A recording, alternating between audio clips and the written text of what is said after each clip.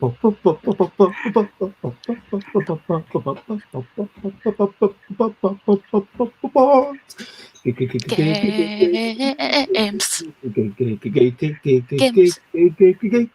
games, games. Board games is what we're talking about. Board games, I'm not gonna shout. I am starting off this morning with a little bit of singing. And over here to talk about marketing with me is the person known as Phoebe. Phoebe Wild has not been doing marketing since she was a child, but Phoebe must have been doing other things like breathing since they were a child, you would assume, because they are human. Board games and Or marketing, am that's I? what we're talking about. Board games and marketing, I'm not gonna shout, hey! Board games. Yeah, hello, Sates. It is lovely to see you. And yeah, exactly. I guess we're not sure. Maybe Phoebe has been like little child robot. And good morning, Alan. It's lovely to see you this morning, Alan Alton. And I am Bez. It is bedtime in some countries. We are blethering about board games. And today it is all about marketing with Phoebe Wild. That's me. Hi.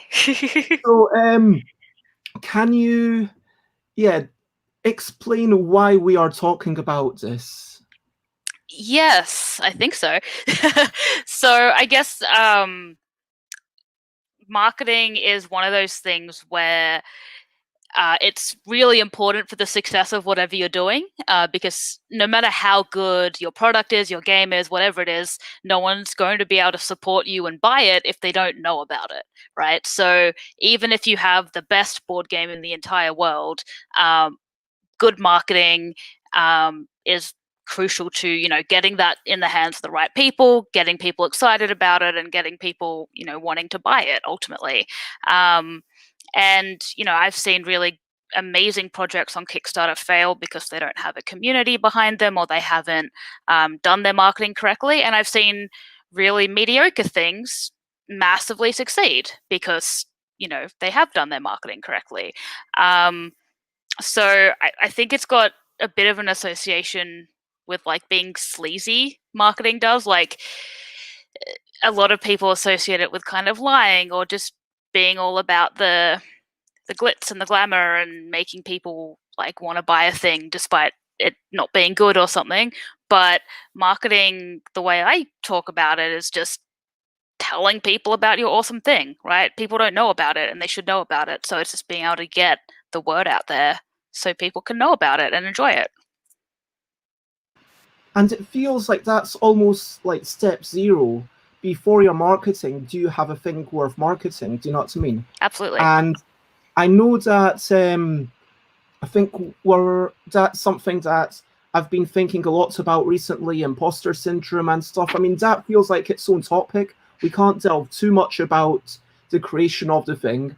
Obviously, marketing itself is such a big topic that this is like the fifth time that we've chatted about it, because there's so many aspects to it. And today I was hoping to chat a little bit about how we can prioritize things. Do you know what I mean? Yeah. And like the difference between marketing, doesn't matter what we're marketing, whether we're marketing a board game or a line of clothes that maybe has geeky prints on it. Who would be crazy enough to make something like that? You know what I mean? Not me, certainly not. Anyway, so that is what is coming up. And hello, it is lovely to see you, Chris. So let's talk about brilliant things. What's a little thing which is brilliant? So I'd like to nominate fizzy water or sparkling water because it's great. And you had a kind of weird name for this, which I found very amusing. Do you want to share this? We have some friends who call it angry water, so Mark and I have now adopted calling it angry water. I mean, it just has a lot of feelings. So would like water in a cordial be like drugged water or like languid water? And like maybe fresh water out the tap is like I don't know, calm water or like excited. No, maybe excited would be like the. I mean, why not say that it's excited water, like instead of angry water? I mean, angry just has all these negative connotations, doesn't it? It can be excited water, jumping for joy water. Hmm. But like, I mean, for sure, you sometimes get those bubbles which are, whoa, we're going to knock some sense into your tongue. We're angry with you. But, there's a lot of variations in how much effervescence you can have in a That's bit true. of water. It's true. But We have a why is it so brilliant? it's just so good. Like, you take this plain thing, water, that everyone takes for granted. Obviously, we need it, but we all take it for granted. And then you add some bubbles, and it's delicious. Like, that's all you need. I mean, we'll have less of your negativity for this moment, Xavier.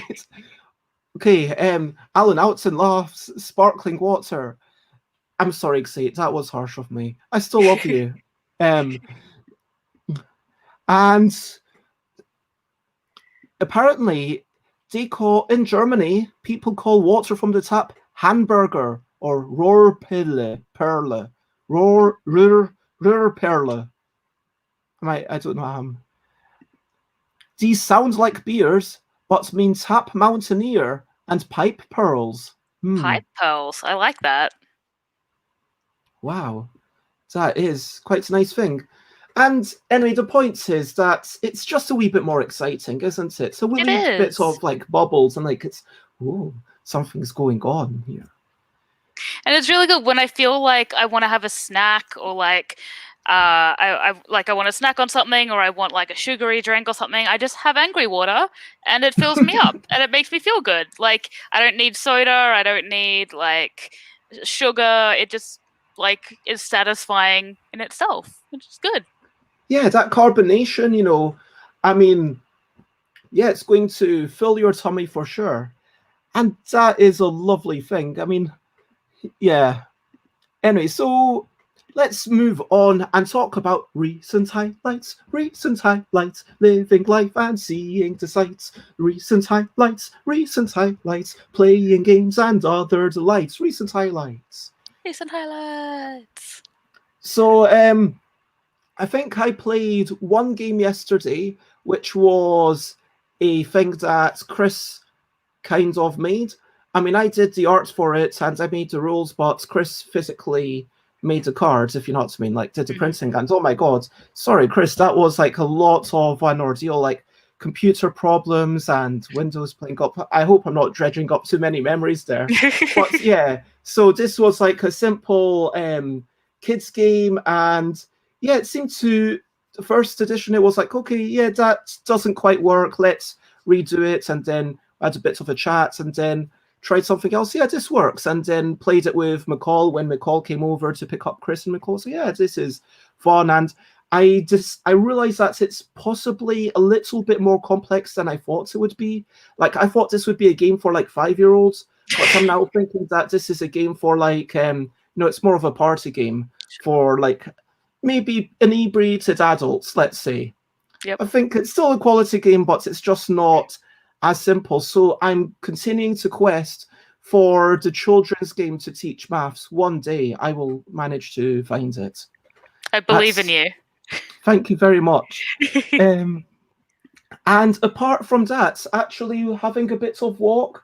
I walked through the rain. Sates, you would be proud of me. I did walk through the rain with Chris and McCall because, they were accompanying me. And then I came back, listening to, I think, Stephen Bonacore and Ignacy Chevacek on that Board Game Insider podcast. That's quite a nice podcast. Listen to that. That was nice. It was a nice bit of walk. And then I collapsed in front of the sofa and ate dinner. It was nice to be able to do that. And so those were some of my recent highlights. That's good. What have How I about done you? recently? Oh, yes, Mark has sneakily handed me this game, which we love and played recently. Spirits Ooh. of the Wild. So, I don't know if anyone knows this game, but it's a Mattel game of all Ooh. publishers. It's Mattel. It came out, I think, 2 years ago.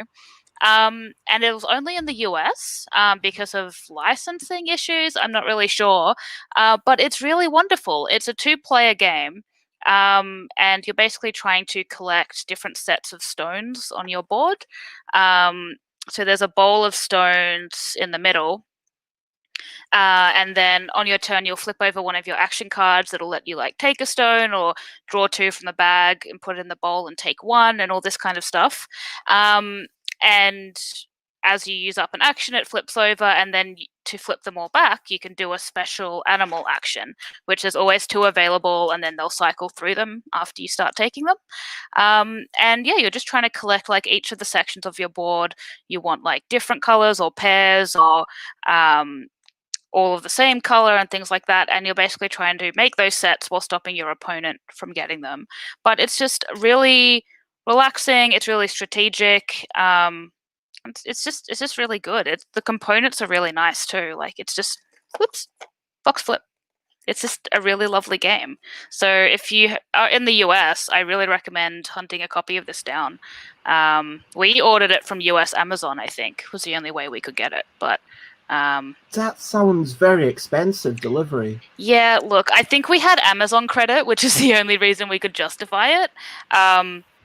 Because yeah, the shipping is obviously very expensive. But if you're in the US, definitely see if you can get a copy, because it's really lovely and it's beautiful.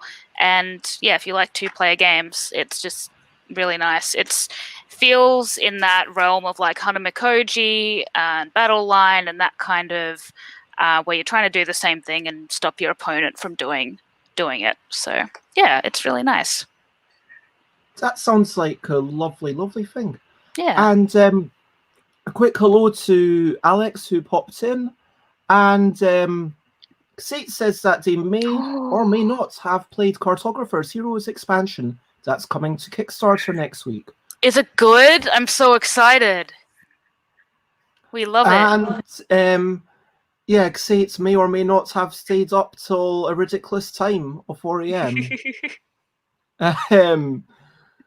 Yeah, chatting with lovely people. I mean, that's the thing. When you're with people that you're enjoying chatting with, yeah, it's so hard to drag yourself away sometimes. Alan Outson played a bit of Solar Storm, which I know that Aidan Laufer of Dranda Games, half of Dranda Games basically was on the UK Games Expo chats yesterday. Because, yeah, I was there and so was Alan. And yeah, it sounds like you did enjoy it. And Alan is continuing to enjoy Exit. This whole genre of, you know, unlucky games. Alex, yep. Solar Storm should be good. And Xate does, should I have played Heroes? Then I might be able to say I was very happy with the new shapes, but less convinced by some of the new goals. 5 colours in completely filled rows for just 4 points? Too much work, says. That is too much work. Yeah. I also might mention that not enough of the new heroes and monsters came out to really be able to comment on them. I mean, this is also a question, like when you want an expansion, how much of the expansion do you want to be in your game experience? Do you know what I mean? Like, do you want the game to be changed by 50%, by 30%, like by just 10%, just a little bit of seasoning? And that's the thing, like, that's why it's quite nice, I think, when you've got one of those modular expansions. So you can be like, okay, we'll just use one, or we'll use everything and chuck it all in. And yeah. I remember it's especially when you're playtesting a new expansion, it's hard because obviously you want to playtest the new content, but you have to playtest it ideally in the proportion that you want it to affect the base game, which is really difficult because it means you have to do so many more playtests to get through all the combinations of new content that could be added. Because I remember Mark and I play tested the Tapestry expansion, and one of the requests that Jamie had when we did that was all of their new Tapestry cards from the expansion Basically, we used all of the new cards first before we went to the rest of the deck, and that meant that there was a really high proportion of like the new trap cards that he'd put in the deck where that wouldn't be representative of actually playing the game and having it all shuffled through. So we had a much different experience than we would have playing the expansion normally. So it's just interesting how people try to get around those issues with playtesting, and yeah, you have to decide how much you want it in the base game, but then test that appropriately as well. For sure. I mean, I think when you're testing, you want to just use the new stuff if you can, just so that you at least get the flavor of that. But you need to obviously then see how does the new stuff correspond to the old stuff, like is one more powerful, make sure it's all melds together. Yeah. But yeah, hello, Chris. It is lovely to have you with us. And we've just finished talking about games that we've been recently playing. Feel free to chime in as we move into the quick questionable questions, which with the silly questions. But yeah, that was all about Cartographers, the new expansion that's coming out. And hello, Mark, I guess. Utopia. You know, I see you've got your eyes on us. And yeah, Alex says that they came joint second and completely disregarded some of the objectives. So it seems like, you know, if you can disregard, but you know, your arguments would be more convincing if you came first, Alex. I'm just saying. Like, I mean, anyway. So let's move on to the questionably quick questions. Woohoo! And as I say, everyone in chats is welcome to join in with any silly questions that you might have for the next 5 minutes or so. And we always start off with, where exactly are you? And what time is it? I am at my desk on my chair, and it is 7:17 p.m. Which city are you in? Melbourne. I mean, Australia. The world. The universe. So now people have a sense of where you are. I think this is possibly going to be the last time I ask this. We'll see. So Alex's question from chat is, would you prefer a duck-sized meeple or a meeple-sized duck? A maple-sized duck would be adorable. And they'd have tiny little maple-sized ducklings. That has to be the correct answer. Like, surely the ducklings would be less than meeple-sized. Exactly. They'd be like half maple ducklings. Just like you could have like a little nest of ducks on your office desk, just like waddling around. You could have like a little saucer of water for their pond. Oh, it'd be great. It's a miniature duck pond. I mean, and hello, Cheap Sheep Games. It is lovely to see you. Is this like a thing New Zealanders and Australians call like the sea between you, the ditch? Yes, yes. Huh. I'd never heard that before. And hello, Tally. It's lovely to see you as well. Everyone's popping in. I mean, is there... So, next question. Is there an animal that you wouldn't want a meeple-sized version of? Magpie. A maple-sized magpie would be vicious, and it would just like, because you wouldn't be able to see it properly, and it would just swoop at you. It'd be like a mosquito, but sharper, and it would just like, it would be bad. Magpie, for people who aren't in Australia, magpies are terrors. They're the worst. I have like a memory from when I was a kid learning to ride a bike in a park and just being traumatized by a magpie like swooping on me in spring trying to protect her babies because apparently I was threatening them, and I was just like burst out crying and fell off my bike. It was very traumatizing. I mean, Chris makes a good point in chat. Things that are smaller than a meeple. Imagine a meeple-sized flea or a meeple-sized bed bug. That'd be pretty scary. Or a meeple-sized mosquito. But I feel like they're still small enough to squash, right? So it's not like you're talking about a duck-sized mosquito. That would be bad. Yes. I mean, okay. Moving on. When did you wake up? When did I wake up? The first time or the second time? Because I've been waking up at like 6 a.m., going back to sleep, and then waking up at like 9 a.m., which is not good because I can't seem to sleep for more than 4 hours at a time recently. So that's fun. Do you tend to have breakfast before noon? No. What was the last thing you ate today? The last thing I ate today was baked pea crisps. Baked pea crisps. They're like fancy. They're really good. They're like pea pods and then baked and then salted, and they can be flavored. So like we had a salt and vinegar flavored packet, and they're like chip alternatives. They're really good. They're still carb. They still got a bit of carb, but not as much carb as like potato chips. What was the last physical game you played? Was it one we already mentioned today?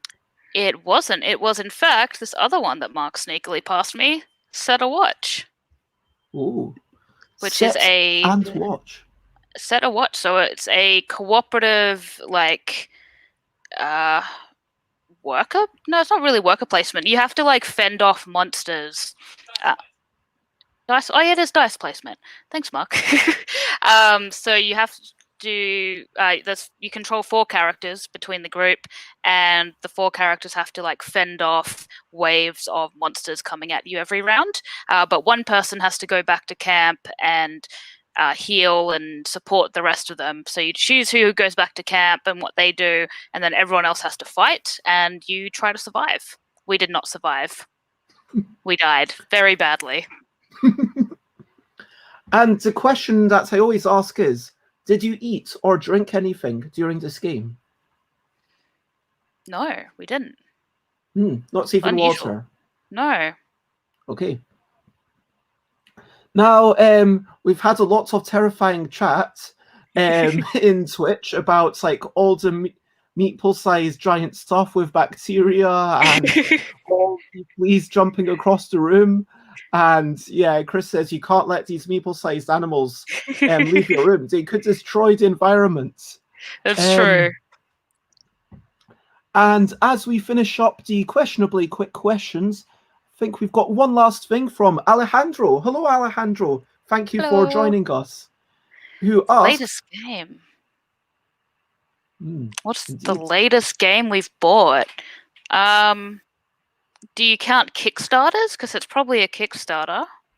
Yeah, let's go with 2 questions. Let's go. What's the latest game that you pledged for on Kickstarter? Because, you know, that is a distinction that we need to say technically and certainly legally. It's not a pre-order, it's a pledge. But, yeah, could we do both? Yeah, so the most recent Kickstarter I backed was Familiar Alchemy, which is a game where you're like growing magic herbs, and then you're like making your little magic herb garden, and then you have to like harvest them, and they'll grow back, and use those to make potions, and you have a little animal familiar that can help you out with its ability as well. So it was a relatively small Kickstarter, but they did manage to fund, which was really good. So, yeah, it looks really cute. And they were lovely people. And if you want to find out a wee bit more about Elaine and Sam of Digisprite, then feel free to check out episode 108 from back in the day. The latest non-Kickstarter I've bought, I don't even know, because we haven't bought... What's the latest non-Kickstarter we've bought? Like that giant Advent games, all the escape rooms ever. Probably all of the escape rooms. We did a massive order from our favorite Advent games, and got like 12 of the new Escape Room the Game expansions. Nice. So we haven't even played them yet. Oh, and this beast of a game with all of its expansions. Oops. Dominations, which is much heavier than I anticipated, but it's really good. It's the pitch everywhere I've read about it is like, oh, you place your little city dominoes and build your city and get resources. But the actual game is in the tech tree, and nothing mentions that. And then we started playing. We're like, oh my god, this game is all about the tech tree. It's one of those games where you have like perfect information about the paths you could build towards, and you know what every power does and could do, and then you make a choice of which path do you go down. So it's very brain melty in the sense of trying to figure out the optimal combination based on your goals and your civilization and what everyone else is doing. So it's much heavier than we expected it to be, and it's really fun. And Alex has a lovely question, which is, if you could get any artist to design something for LUDOCHERRY, who would you pick? Ooh, so that's a good question. I have a few people on my radar that I'd really like to get, but probably top of my list right now is Kwanchai Moria. So I've been talking with him since we started. We haven't had a design that's caught his eye yet, or a concept that's caught his eye, but he's definitely interested, hopefully, in doing something in the future. So fingers crossed I can get him on board in a series or two time. So I just love his style and his art, and like the poster he did for the BGG art series, like the retro Galaxy Trucker one. Oh, I just love it. So good. So yes, hopefully. Oh yeah, Kwanchai Moria, like those colors and like the vibrancy and the energy going in that art is just amazing. Like imagine wearing that. Wouldn't that be beautiful? Oh, so good. Yeah. I'm looking forward to you doing one day something with a bit more red. I know you've got something that's like, you know, I mentioned this to someone and they were like, oh, this thing's got some bits of red. No, it needs to be like you could have a wee bit of black or white, but I'm ideally imagining like 5 shades of red. Call it the Bez Prince or something. Just all red. Like different shades of red. Yeah. Or you could have like red and like magenta and like little bits of orange and like dark red and light red, but red. Yep. Cool. It's on our list. Okay.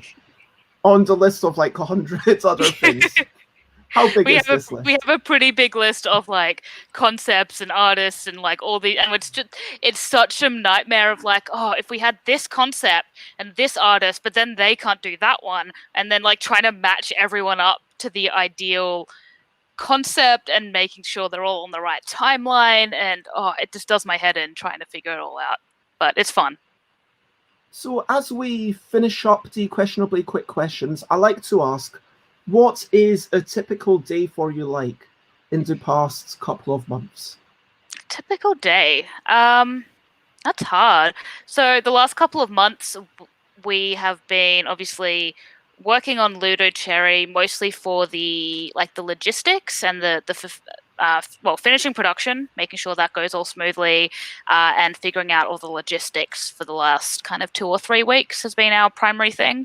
So a typical day, I'll kind of, sort my emails, do all that stuff. I usually watch out kind of every day for emails from our manufacturer, emails from our fulfillment people, and kind of deal with those as soon as possible.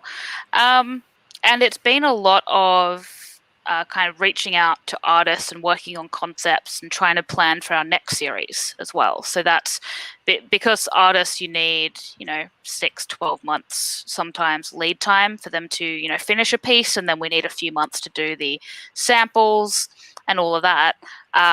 We need to start looking pretty far in advance before we do our next Kickstarter. So we've been trying to match up kind of concepts, come up with a theme for our next one, and match those up to artists, and then get those briefs out and get everyone start working on those.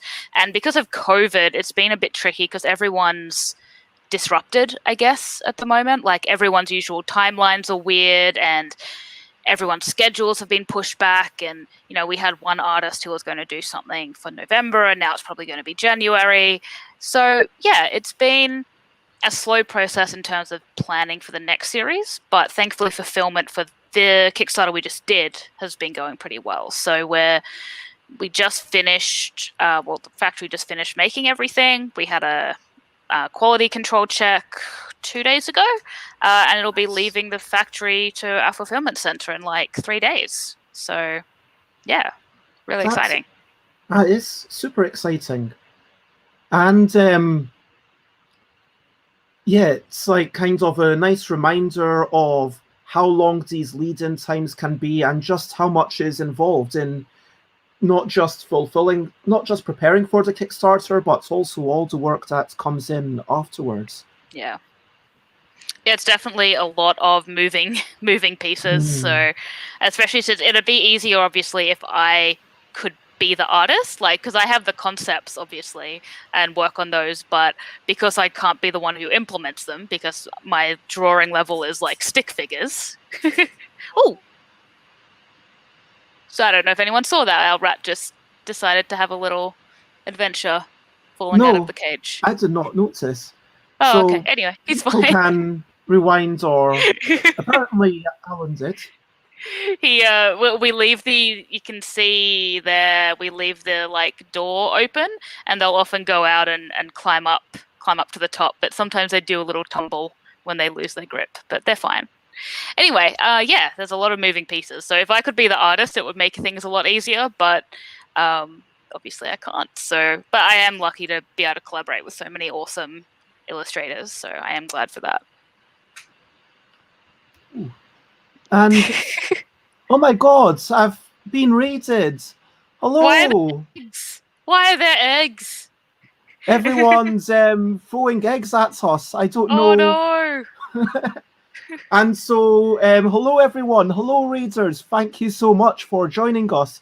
We are just talking about board games, and this is the amazing Phoebe, who has been making some clothes out of geeky things. If we actually look at the LUDOCHERRY Kickstarter page, so this is like something that you're just getting to P-Plans. We're talking all about marketing, like what is this all about?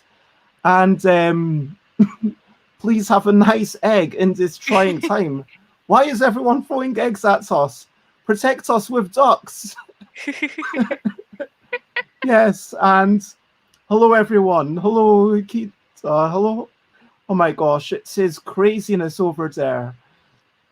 And but this is us, as we're just basically getting into the main topic now.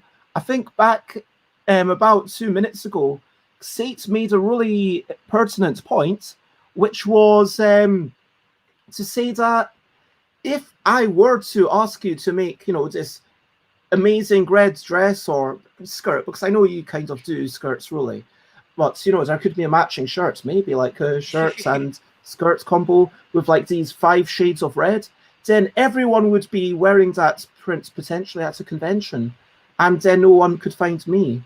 And so, I mean, that leads us to marketing, which is that maybe even you need to be a bit more different.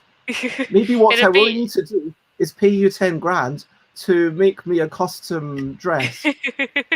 It'd be like a Where's Bez of game conventions. You could turn it into a side quest of everyone trying to hunt you down.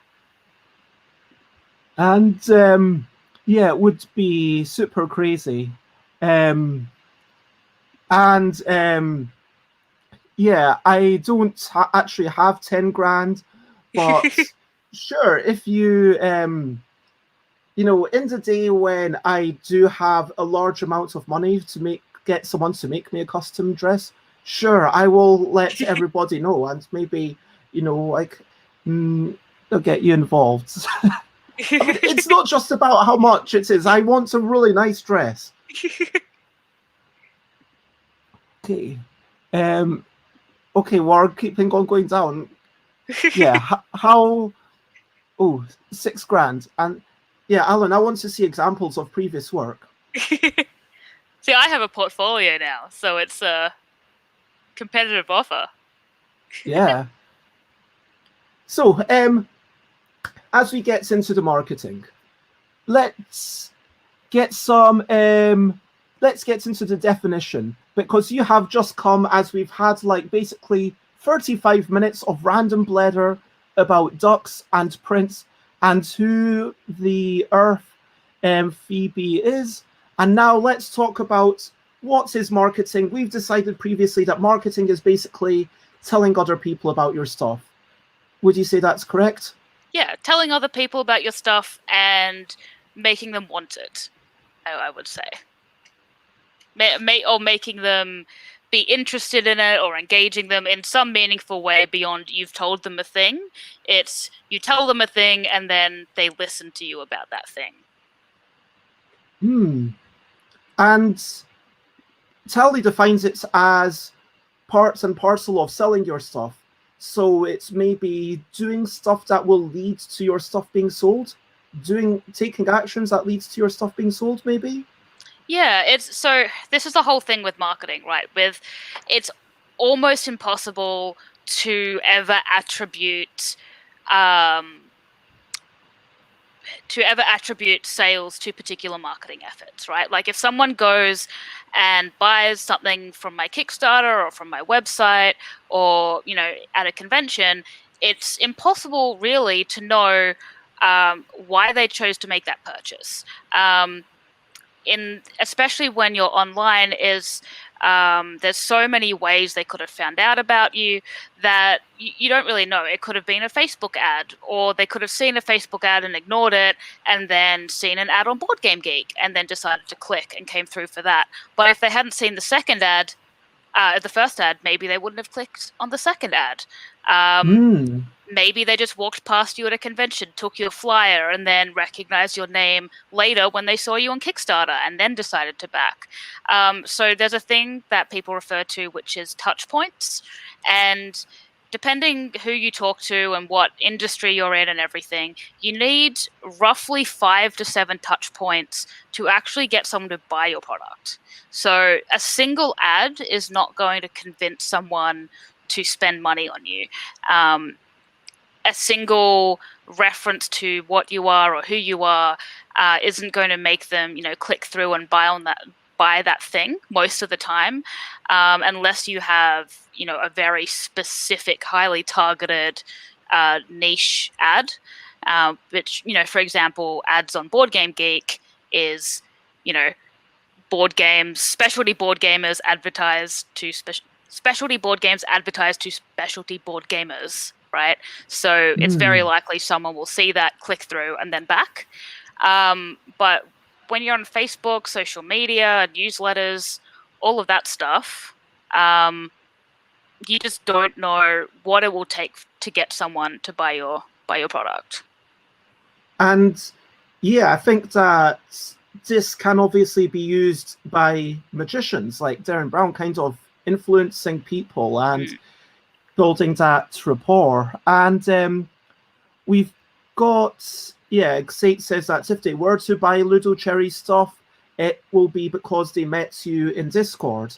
And so obviously it's going to be because of everything, and maybe some of the ads that you did, maybe some of the people sharing your stuff on Twitter, maybe it will be because you were on this show that they've been reminded of it, and Xate is seeing you and hearing you as a person and being like, oh yeah, actually Phoebe's a decent human being. They don't seem to be going off in murderous rampages.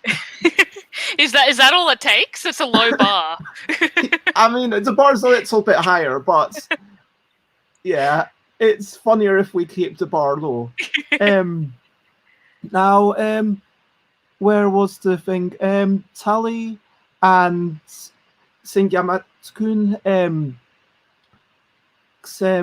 so both are asking how we can do stuff if we don't have the money. Like, if you don't have the money to keep doing ad after ad after ad, and we still need to get those touch points. Yeah. So, yeah, I would say before you even venture into the world of paid ads, you want to do as much free marketing as you can, really, because that will build your community base. You'll be able to get an understanding of like who your audience is, what their demographic is, how they like to engage with you. And once you have a better understanding of that, that's when you're going to be able to do more effective paid ads anyway.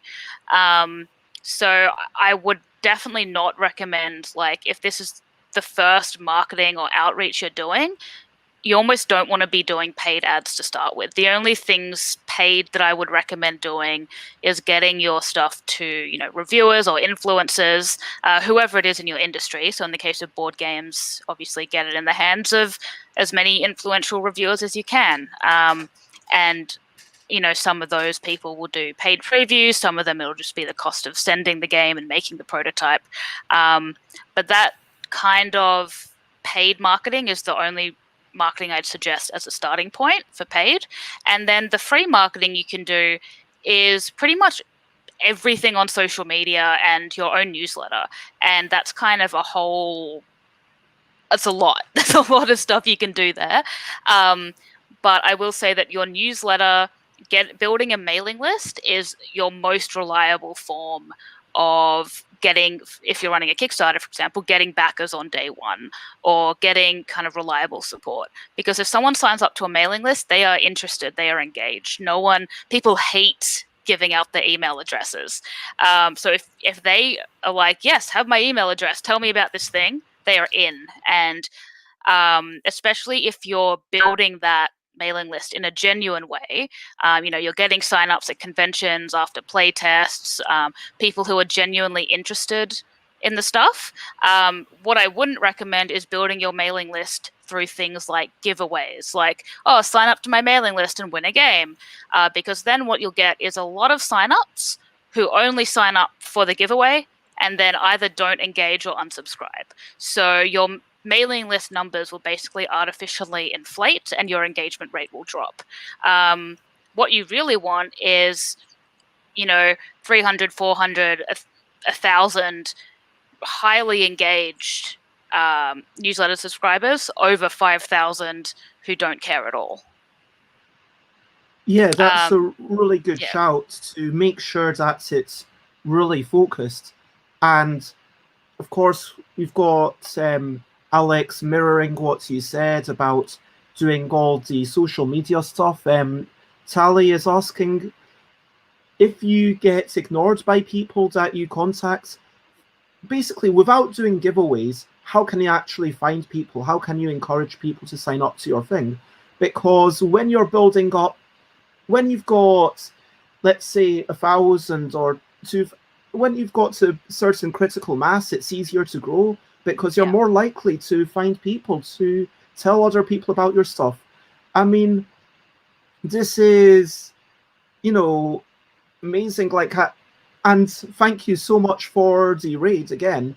And this is an example of that in action where I say, okay, would you be up for, where people are hearing about stuff, oh yeah, Bez is doing a thing, and it's on people's radar, and because now I've got a certain number of followers, maybe a couple of them retweet something, and then, but if you're starting from zero, that's really hard. So so is the comment I've been ignored by most people I contacted, is that in relation to trying to get reviewers or trying to get for, customers or newsletter subscribers or things like that? So Tally's been contacting, it looks like, other people of color, game designers, many streamers, many influencers, and presumably that include by influencers, Tally's talking about reviewers. People ignore Tally's messages, and Tally doesn't want to be sending a lot of messages to get noticed because then it can feel like spam. Yeah, absolutely. So in terms of contacting reviewers, it can be hard, especially if you're small and trying to reach out to, obviously your instinct is to reach out to, big influencers or people who you respect or watch a lot, who have a lot of viewers. Think about how many messages those people will get on a regular basis in terms of, check out my game, can you review this, can you review that? And it's not that they're not interested in you specifically, but just that they're probably flooded with messages and either can't read them all or dismiss them because their inbox is flooded.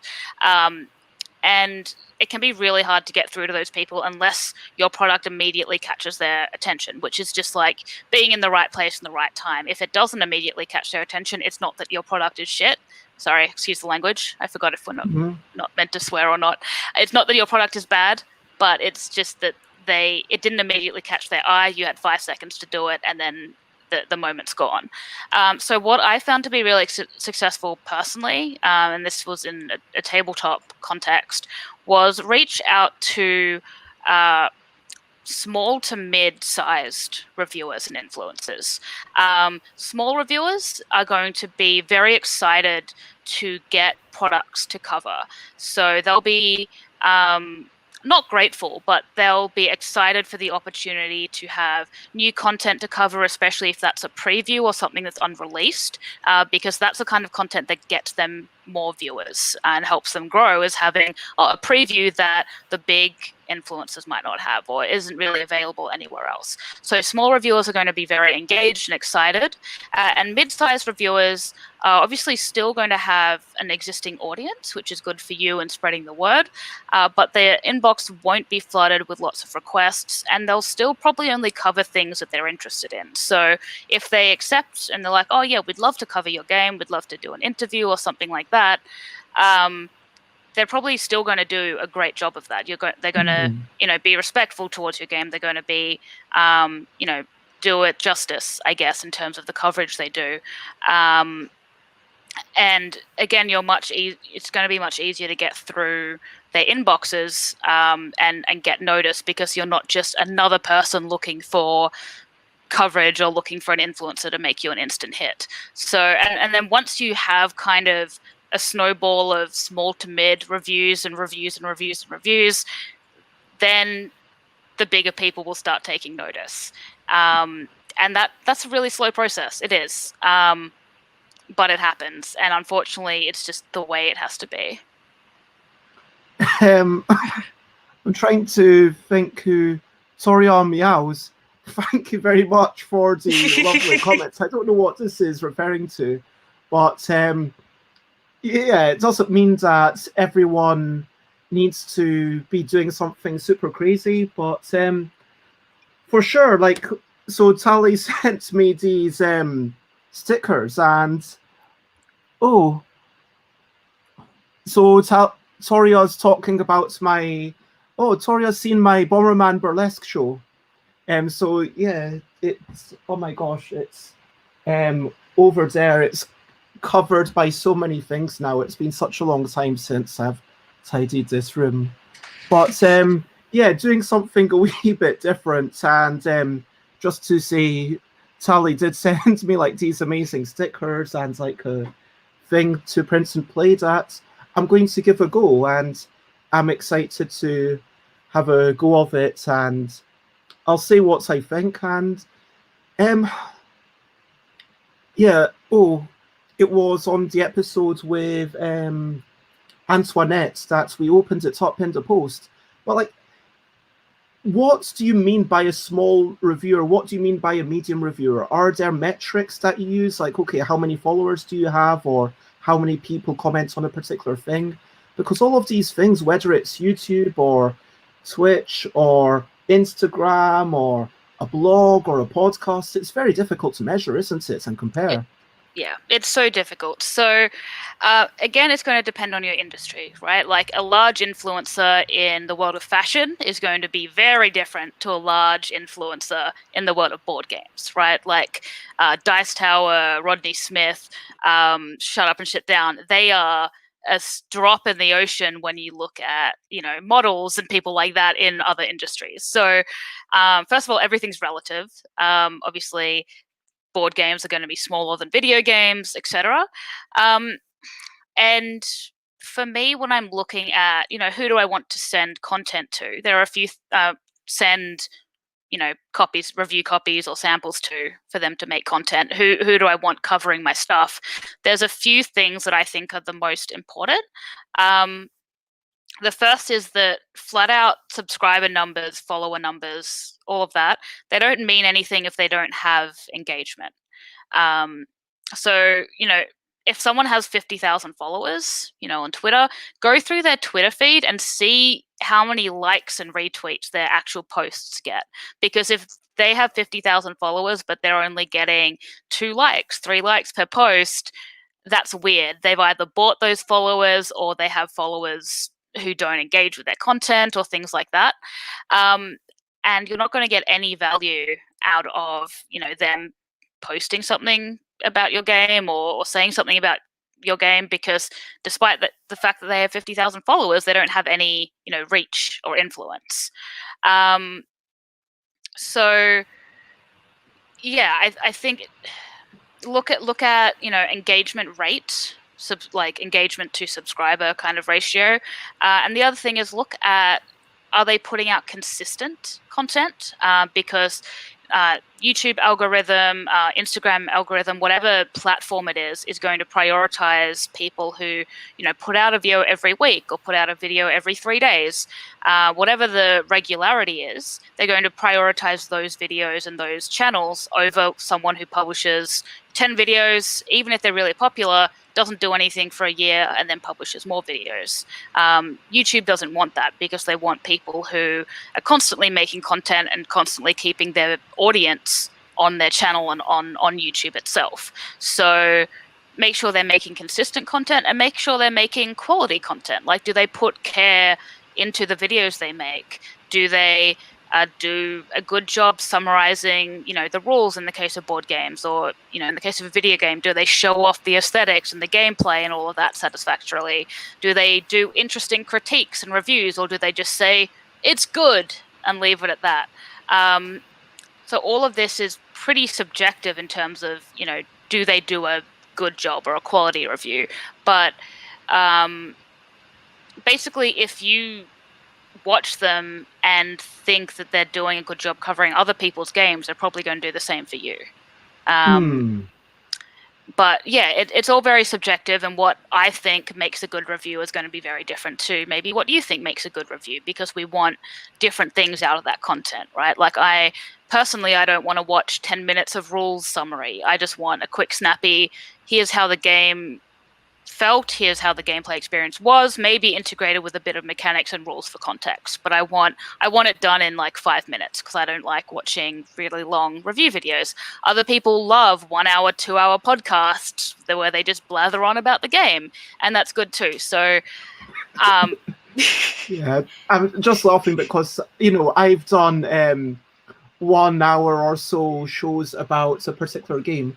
Although, to be fair, those are very far and few between. So, I did accept one game for review a while back, but I don't want to promise I will review it. I just say, yeah, I'll mention it if I play it. I'll mention it briefly. But yeah, it sounds like whatever the style is, even if the style doesn't jibe with you, you want to go out there and still get it to them, because other people might jibe with that style. If you think, okay, well, I don't like how long the reviews are, but, it's working well. And I just want to say hello, Jeroen. It's lovely to see you in chat, even if you're just liking Cat. Thank you for saying hello. Cheap Sheep Games says that they choose local reviewers, also because they know me. And I guess the advantage of local reviewers is that it's cheaper to get them your stuff. Like, if I send something within the UK, if it's anywhere up to 2 kilos and like up to approximately this size, then it costs £3. I think they raised the prices. I think it's £3.10, something like that now. Anyway, that's how much it costs. Whereas if I send it to America, oh my gosh, like that could cost £20. Yeah. Seriously, it's a big difference. So at the start, when I did the game that went on to become Yogi, back when it was called In a Bind, it was actually called In a Bind at that point, I sent it to Bauer's Game Corner, and Bauer did a bang-up job of reviewing. Bauer's got like amazing energy, and it was like, okay, here's a person who's actually accepting reviews. They've got like a really fast turnaround, and Bauer's properly on point. Now that Bauer's, done, I don't know if it's thousands, like they've done a lot of reviews. Like Bauer's probably the most prolific, Bauer's Game Corner, right? Yeah. Like, they're probably the most prolific game reviewer in the industry. Tom Vassal, they only do like a couple of reviews a week. But our Game Corner, like pretty much every single day. I mean, Tom Vassal's only well known now because of back when they started, there weren't that many people. And then, yeah, sure, they did build up something really cool with the Dice Tower. But as a one person, like reviewing stuff, and you really get to know what they do. And also what I love about Bauer is that they review like all these weird games, like to review adult games like Cards Against Humanity, games that other people don't like Munchkin. They review charity shop finds, like they still give it like a 10-minute review. And then they review like they review everything. And like because they play games with kids, or I think they've got kids of their own, but they used to work in schools. I don't know how their situation is right now. But yeah, they've got play games with like gaming group, and obviously local reviewers, that's a really good shout. Chris, the Unicorn Collective, says previewers only matter if you have an attractive proposition to start with. I've seen so many developers send games for preview or review with small, medium, and big channels and still fail due to people just not being interested in the game, no matter what an influencer says. And that's, I think, step 0. You need to make something worth selling, kind of thing. Mark and I were just talking about this the other day, actually, because we saw a Kickstarter that had, they'd done all the right things. They had, reviews on their Kickstarter page from like Tantrum House, or previews from Tantrum House and Dice Tower, and maybe 5 or 6 big names there, and they hadn't funded. They ended up having to cancel the project, and the problem was obviously they had all this social proof on the page, which is great, but you need people coming to the page because, Dice Tower, Tantrum House, they put out so many videos that someone's not going to subscribe to Tantrum House, watch every video they make, and then find out about a game because of their YouTube channel, right? I'm not going to follow Tantrum House and, they put up a game about blah, blah, blah, a video about blah, blah, blah. Oh, cool, I'll go back it on Kickstarter. It's almost the opposite. It's, this game's on Kickstarter. But Tantrum House previewed it. They have an opinion on it. They say it's good. That's the extra confirmation I need to back it and support it. It's like, it's backing up. It's backing up people wanting to buy the game and support the game, but it doesn't get them to the page or get them to the project in the first place. So yeah, you definitely need a pre-existing community in order to get them to that page and then convince them with the reviews, and you need a good product to get those reviewers to care about it. So it's kind of a 3-pronged approach where you need a good product, you need a engaged community, and then you need the marketing to back all of that up and tie it together. I agree with you somewhat, but I'm going to, if I may, add a little bit of an addendum, if you know what I mean. Or, absolutely. Because I feel like, okay, look, so this is the way that the L deck used to look, right? This is the first edition, and now it's in, I can't find the deluxe edition on my desk. The deluxe edition's in a nicer box. Anyway, the point is that back in the day, I sent this to Richard Ham of Rado Runs Through, who's a fairly well-known reviewer in the community. I told them about a couple of the games that were 2-player that I thought they might like. They said, no, I don't like that. And then, what happened was I made the 6th game couple partially a marketing move, right? Originally, the 6th game was going to be Puzzle back in the day in 2017, but then it became the 9th game, so it was like released officially 3 years later than it was originally intended to be, and it still needs a bit of everything can be better anyway. So the point is that I sent Couple to Richard Ham. Couple enjoyed it and played it and was like, yeah, actually, I really enjoyed this. And Richard gushed about it. And that same week, like, I saw a big spike in sales. Like, I'm like small enough that like there's maybe 1 or 2 sales a week. And then like suddenly it was like, okay, like 16 or 20 sales in like the few days after that. And so clearly someone... Richard, I guess, in the field of board games, you would call them a big reviewer. Absolutely. But for that thing, like because they've already got this pre-existing audience, there is a certain amount of audience that will just watch anything that they bring out, if you know what I mean. And so if your thing is good, you don't necessarily need to have your audience directed to the thing. It's going to be actually their audience that comes to you thinking, oh wow, because you've got a good product, which again you talked about, and I hate the word product, but you've got a good thing, whatever. And then someone talking about it and getting it to more people, yes, that is going to work. Yeah.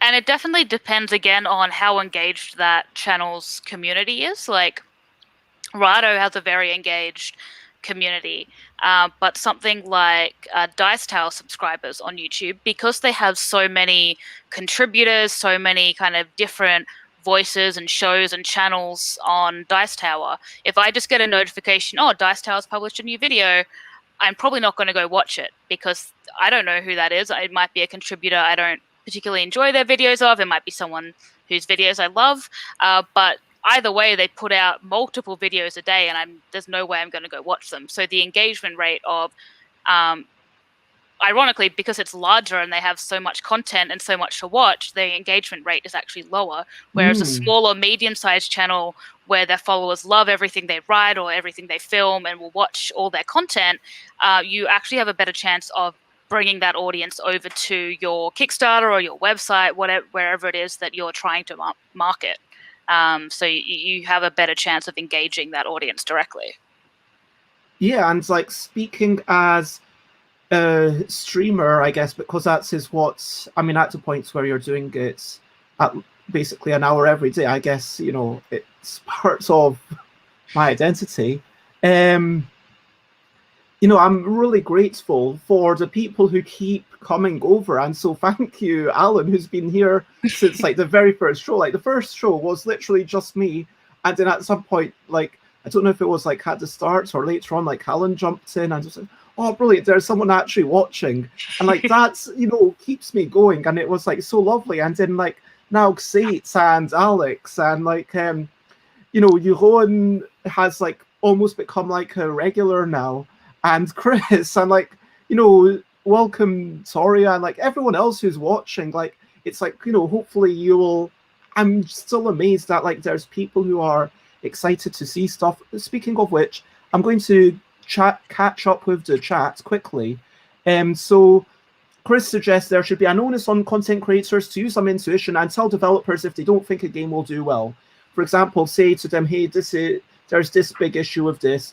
And I think that Richard Ham is brilliant with that. Richard Ham, if you show them the rules of the game, basically you give Richard Ham a pitch, you say, hey, this is a type of game. Richard Ham will say, sure, send me the rules. You send the rules to Richard Ham. Richard Ham's able to get a good idea of the game, and they will say, you know what, this is a bit too competitive for me, or you know what, we don't really like speed games, or you know what, this sounds like it would be better as a 3 or 4 player game, and we're only 2 players, so we're not going to play it.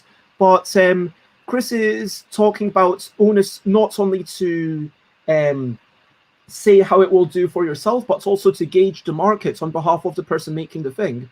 And I'm slightly going to disagree with that personally, but for sure, if someone were to say, hey, Bez, do you want me to send you a big, like, 100 quid, like, game with lots of miniatures? I would be like, you know what? I'm sure I could find at least one person to be excited to play that, because Layla is, like, a heavy strategic gamer. They will play basically anything, but I'm not sure that's, like, this. And there should be, like, a little bit of honesty, I guess. Anyway, more importantly, it may mean the developer goes away, thinks about it, and comes back with something better. Soria says that any reviewer saying, oh, it's good, it drives you mad. Come on, mates, what's good about it? Yeah, exactly. That's just a rubbish review. I mean, yeah. I see so many channels who, because, the standard format, I guess, for board game reviews is, oh, I'm blah talking about X. And then there's 10 minutes of rules summary. And then there's a, 30-second, it's good, I liked it, go buy it.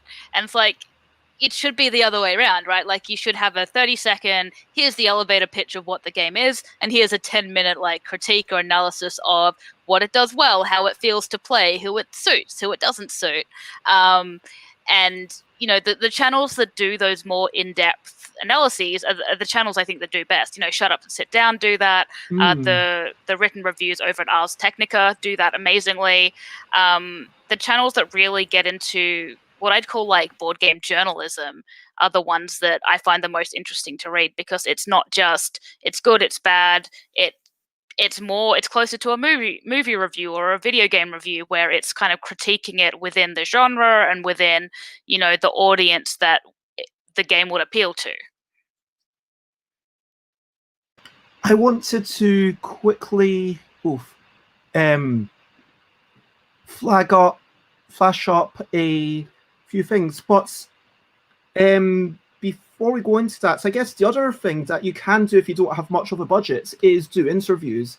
I mean, of course, I say to people, yes, I'm basically become an interview show, although I want to have maybe one solo show a week, because I feel like it's nice to have that kind of little bits of space for myself to talk about games, and like my own do stream retrospectives or whatever. But for the most part, I'm just really enjoying having people on to have this discussion and learn things together, because that's how we learn, by having multiple voices. Yeah. And for sure, even if this is your first game, possibly by making this game, you have become an expert in one aspect. Maybe you could even say, hey, I am an expert in this one thing. Maybe I'm an expert in making, a real-time game. Maybe I'm a relative expert in making, games that are teaching kids about counting, because presumably you've gone out, you've checked what else is out there on the market, you've pondered it, and you thought about, okay, what else is there? Is my game better than this? Is it worth being in existence? And if you've not done that research, frankly, then, go back to that stage. Sorry, that sounds really harsh, but I don't know if you'd agree. I think it's true. Like, there's a lot of people. I mean, your first game design, I think, is always going to be not a copy of a game you enjoy, but a likeness of, or harken back to, a game you've played a lot. Like, you see a lot of early game designs that are, I play a lot of Coup and Secret Hitler, so I made a social deduction-y, Coup-ish, Secret Hitler-ish game. But that kind of imitation, I think, helps that learning process of, why doesn't, I tried to imitate Coup, but my game's not as good. Why? What does Coup do that I didn't do? What mechanics do they have? What social deduction do they do that I didn't do? And so that can help you learn. But then also just playing other people's games and play testing other people's games, because like seeing games that aren't finished yet and trying to figure out how to perfect them, I guess, or how to improve them, that will help you in your own game design process as well. I mean, I wanted to maybe quickly look at some of the big names out there in the board game space. So Dice Tower, they've got 256,000 subscribers, and then you look at their things and it's like, okay, a couple of thousand views, 2,000 views, hundreds, 3,000, the unboxing 5,000, 8,000. So it's quite a low percentage actually of the number of subscribers. I don't know if that's maybe because the Dice Tower puts up such a variety of content, maybe, that there's people who follow, and then they might, like myself, I follow because the Dice Tower, it's like, well, I need to know what's going on there. Do you know what I mean? Yeah. And it's like, yeah, for the number of people who watch literally everything that comes out on this channel, especially when in the past, all of this has come out in the past day. So like 4, 8, they've had 10 videos just in the past day, which is quite a bit. And there might be And people that subscribe, only for Tom Vassel's videos, or only for Mandy and Suze's podcast, or only for a particular reviewer's unboxing. So yeah, that again, it affects the, they have 230,000 subscribers, or 256. Yeah, 256. Yep. But every video is not going to get even close to that many views. For sure. The next one, that no pun included, these are so brilliant. Just under 50,000 subscribers. They've got a similar number of views for each video. Okay, 100, 3,000, 28,000, 28,000, 2,000. Like, it's all a really solid number. And the thing is that here, again, they do have different styles of content. Some of the streams that they're doing where they play Dungeons and Dragons now. But with the reviews, it's going to be really hard. I mean, this is not even something that you can say to them, hey, would you review a game of mine? I can't really get F-Candelaine to say, yes, please review this. But what might possibly happen is they might briefly mention it in one of their... well, they used to have these daily news bits that they do. And that's kind of, at this point, is there even any point in me considering them, like, at the stage that we are? Maybe it's just, why even look? Yeah, and that's the thing is, the other thing that helps is, because I can't remember who said they were reaching out to local reviewers, Cheap Sheep Games.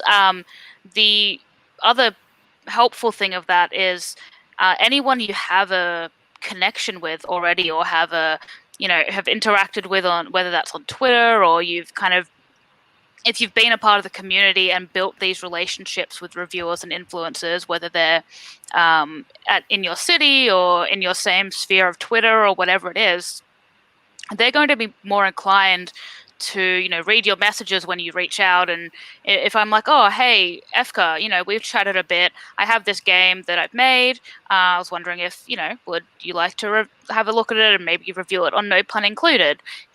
He's going to seriously consider that more if he likes me, if we have a relationship, if we're friends, and not in the way that would bias his review or opinion of the game or how he covered it, but more in that he knows you're not spam, right? He knows you're not just reaching out as a random person who's never interacted with the community or given back to the community. He knows that you're genuine. He knows that you're, maybe he has respect for my game design abilities, and he's like, yeah, cool, I'll check it out. And that, those pre-existing relationships were why I was able to get so many people who I, really respect reviewing my clothes for LUDOCHERRY for my Kickstarter. We were a first-time creator, relatively small, but we had people like Rodney Smith do a preview video for us, and he was genuinely hyped to wear our clothes because, we had a pre-existing relationship. I'd worked with him before through BGG and other things, and I reached out to him, and he's like, yeah, this looks awesome. I'd love to cover it. But if I'd just been a random person, he might not have even looked at or considered my email. If he hadn't recognized my name in his inbox. So being a part of the community already really, really helps. And I think Cheap Sheep Games suggested that we look at 3 minute board games, and yeah, it's lovely. So 3 minute board games is 41,000 subscribers, and because it's so easy to watch them, and then when you watch them, it's like, oh, I really want to watch the next one, which is why you end up with 5,500, 4, 3, it's all in the thousands of views. That's really solid. And then got Shut Up and Sit Down, 296 subscribers. This is really solid engagement. It's 43,000, 82,000. These are honestly out of everyone, Shut Up and Sit Down seems like the people who, if they actually were to review your things, that's going to be the biggest coup, if you know what I mean. Yeah, and absolutely. Then I wanted to talk about this person who's 804,000 subscribers, which is 200,000, 234,000 they might be asking, hey Bez, why are you showing the YouTube video of this random Korean like family that does stuff with their kids? And I guess there's a bit of bragging here. This is a brag of the week. Okay. Although I've already had the brag of the week, that's it. This is the brag of the day. So yeah, so they did this review of Yogi in Korean. I've got no idea of what they're saying, but it finishes with like there's the whole them playing it, and then at the end they start slapping their bums for some reason. Wait, they do this like weird dance. I don't understand everything, but anyway, there's like a lot of comments, and there's like 225,000 views. Wow. So I think about 225,000, maybe not individual people, but there's a lot of people who've seen wee kids playing the bum slapping their bum and playing yogi. It's it's a bit odd. Yeah, anyway.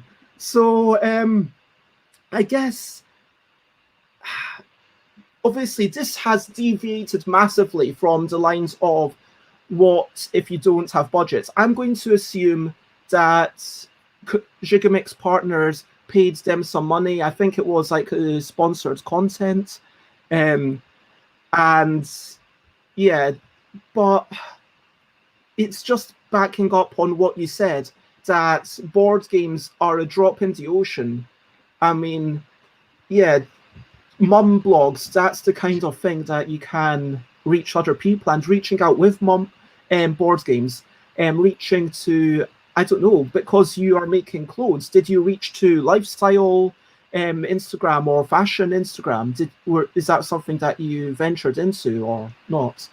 We thought about it, and I think the problem, well, we didn't in the end. I think because the clothes are, the selling point of the clothes is, yes, they're stylish, they look like, nice, regular, quote unquote, regular clothes, but the selling point of them, their uniqueness, is the fact that they're board game and tabletop related. So if you start pitching that to an audience that doesn't care about the fact that it's tabletop, board game, meeple, dice, whatever, then all they're looking at is, the shape of the clothes, the fabric, the cut, all of that, which is all nice and lovely, but it's not going to make us stand out in a crowd, right? It's not going to make someone want to just go and buy our clothes randomly when that's not the point of our product. So there are definitely ways you can reach more audiences with, mum blogs and other influencers outside of board games, but your product has to be very specifically suited to them, in that if you're reaching out to mum blogs and family blogs, for instance, your game needs to be a very accessible, light family game that they can teach in, 2 to 3 minutes, ideally, and will look funny on camera and all of that kind of stuff. But you're not going to get them to play, the latest 18xx game, or if you're not the right brand, it's just not going to work. One, they won't be interested, but two, even if they covered it, their audience isn't going to be interested, and it's just going to be a mismatch. I mean, you say this, but I've not, although saying that, I did review Energy Empire, which is a more heavy game.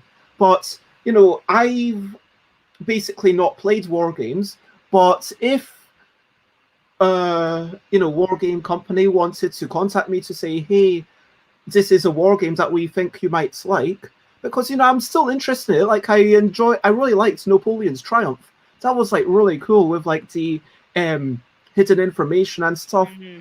And it's like sometimes I reach out to people and I actually ask them, hey, you've only covered miniature games, but are you into word games or party games? And they say, oh yeah, actually, that's something that we're planning to move into. Sometimes and the fact that I've had a wee skim down their videos and looked through their top 10s and checked out if they've got anything that corresponds. And if I'm contacting them, I'll say, hey, I'm contacting you because you enjoyed XYZ, so hopefully you'll also enjoy my game, which is a bit similar. And if it's someone, but yeah, it's such a minefield, and like this whole reviewer, and like we've basically only been rambling for like basically an hour and only talked about reviewing and approaching reviewers and like obviously there's interviews like Chris in the chat, not again what so Chris in the chat, by the way, if you want to share a link, you need to share the link with one of the moderators who will post it to you for you. But Chris does their own interview thing where they kind of chat to designers, and it might be people who are just getting started potentially. So maybe get in touch with Chris. Ask get in touch with Chris and say, hey, this is me. Would you like to have this interview? Because then, you know, it's not going to suddenly mean that 10 people get into your Kickstarter and start backing your stuff, but it might be one of those touch points that we've established earlier. Or if you can say, hey, this is my point of speciality, this is a thing I'd like to talk about, then sure, reach out to me. And if you can bring something interesting to the conversation, I'd love to have you on. If you've got, like, reach out to so many people, reach out to Board Game Design Lab, who has, like, new people on all the time. Look at, I mean, on Board Games, they have guests on all the time, and what they say is, yeah, just the impetus with on Board Games is just that you have an interesting topic for them. And what Donald Dennis has gone on record as saying is that they don't want to do the work, even though they only do, like, I don't know, like one a week or something like that. I mean, yeah, this is like a bit messed up, isn't it? Like, now I could say, oh, you only do one every week. That's not much. Like, obviously, I don't do any editing. On Board Games, still way better than anything I do. But, like, anyway, on Board Games, you know, Donald Dennis doesn't want to think of all the topics, given that they've been doing it for so many years, and they've done a lot more episodes than me. They've been doing it for like decades. Anyway, so if you come on and you say, hey, here's a topic, let's talk about how this thing is, I don't know, like how worker placements can be subverted into being more of a cooperative thing, or maybe we can talk about subverting things. Give them a few ideas and say, these are things that I can talk about. And then they should get back to you. Obviously, people are human. There are difficult times right now. You need to be aware of that. And so be forgiving to people. Like if someone's, it's not a paid job. It's like people doing it for the love of it or because they enjoy chatting to people or whatever. And so, yeah, Chris says definitely get in touch with them. Anyway, so, yeah, we had a question about negatives. I think we've going through. Have we talked enough about what to do? Where's my banner? Have we talked enough about saying what to do before we talk about? And yeah, let's just talk about pitfalls and Cheap Sheep Games. At some point, I lost the comment. Asked basically, what can you, oh, here it is, what definitely not to do, even though it might seem good at first glance. Any examples you experienced yourself, maybe? That's a hard one. The first thing I'd say probably is, especially if you're like a one-person or a two-person team, and you're doing, you know, social media marketing, don't try to be everywhere at once right from the get-go, because it's really difficult. There's Facebook, Twitter, Instagram, obviously, and then within those you've got a Facebook page and Facebook group. You've got Instagram stories and regular posts. You've got, you know, a newsletter as well. There's a lot to manage just on those three main platforms. So especially if you're, you know, new to using social media as a brand, the best thing to do is pick one that suits you best and use that well. And once you're kind of established, comfortable, you know, making regular posts, engaging with that community, then you can start integrating a second and then maybe a third. Because as someone who has done social media, like a social media manager job for 3 years, and as someone who has, you know, run or co-run the LUDOCHERRY social media with Mark for the last 2 years, it's a lot more work than you'll probably anticipate it being. So yeah, pick one platform, pick the platform that best suits wherever your community is, what your product is, and do that one well. Would be my key advice. Sorry, I'm just quite amused by Chris's callback to yesterday. Sate said that I think their favourite minutes was 11:24. So yeah. Anyway, yeah. So, but thank you very much. Yeah, just not doing everything and being like, oh, sorry, it was 11:23. It's a good minute. Their favourite minutes of the day. 11:23 and 56 seconds is their favourite seconds. Anyway, so yeah, don't do everything. That's like, there's a lot to unpack here. Like, I hear what you're saying. It's better to do one thing well than just, but at the same time, it's worth squatting on your own names, isn't it? Like, if you've got a name, like if you say, okay, we are Cheap Sheep Games, it feels like, yeah, go off and get, okay, YouTube doesn't let you just grab it until you've got 100 followers. Speaking of which, go over to, if you've not already subscribed to me, I will send you the subscriber link in a wee minute. And I only need like 26 more followers, and then I think I can grab a name. But anyway, so yeah, grab the Instagram, grab the Twitter, grab the... Absolutely. Yeah, lock those handles down, but don't worry about kind of really implementing them like fully until you're comfortable doing that. Because yeah, if you're doing 2 or 3 Facebook posts a week and 2 or 3 Instagram a week, Twitter, multiple times a day, it's a lot, especially if you're trying to plan content, have photos, have, interesting things to say. It's a lot of content to manage. And what would you do if you started all these things and you're like, oh my God, I'm getting now too many notifications on Twitter. I just can't reply to everyone. I mean, that's where I am. Like, the past, few months, I've just started, finding that some weeks, like, some weeks it's fine. And like, but just because I want to reply to everyone who replies to me. And sometimes it's like, oh my gosh, there's like just too much.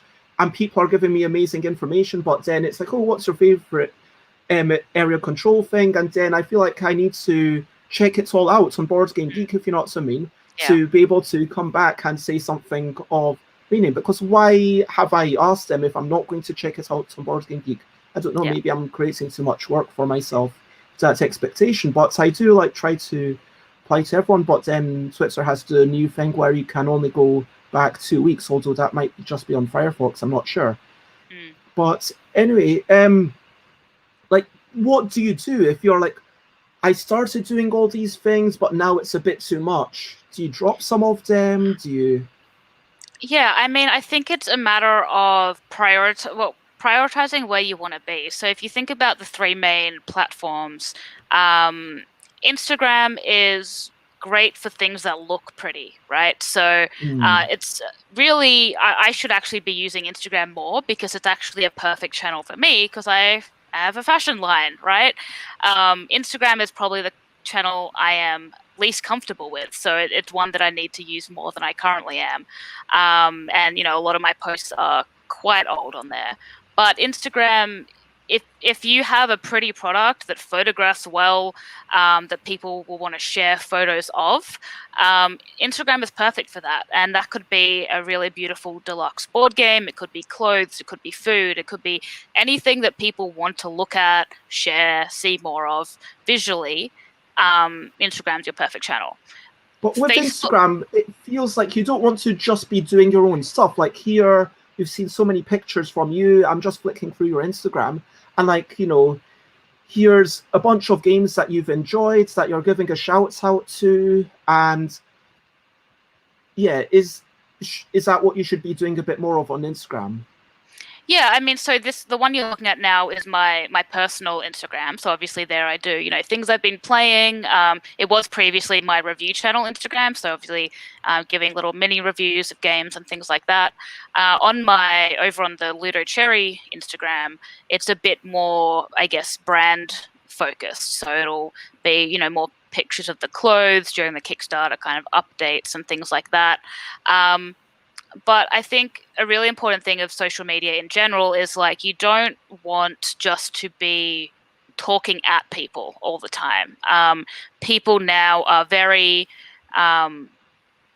savvy about being marketed at, and people really respond to genuineness, I guess.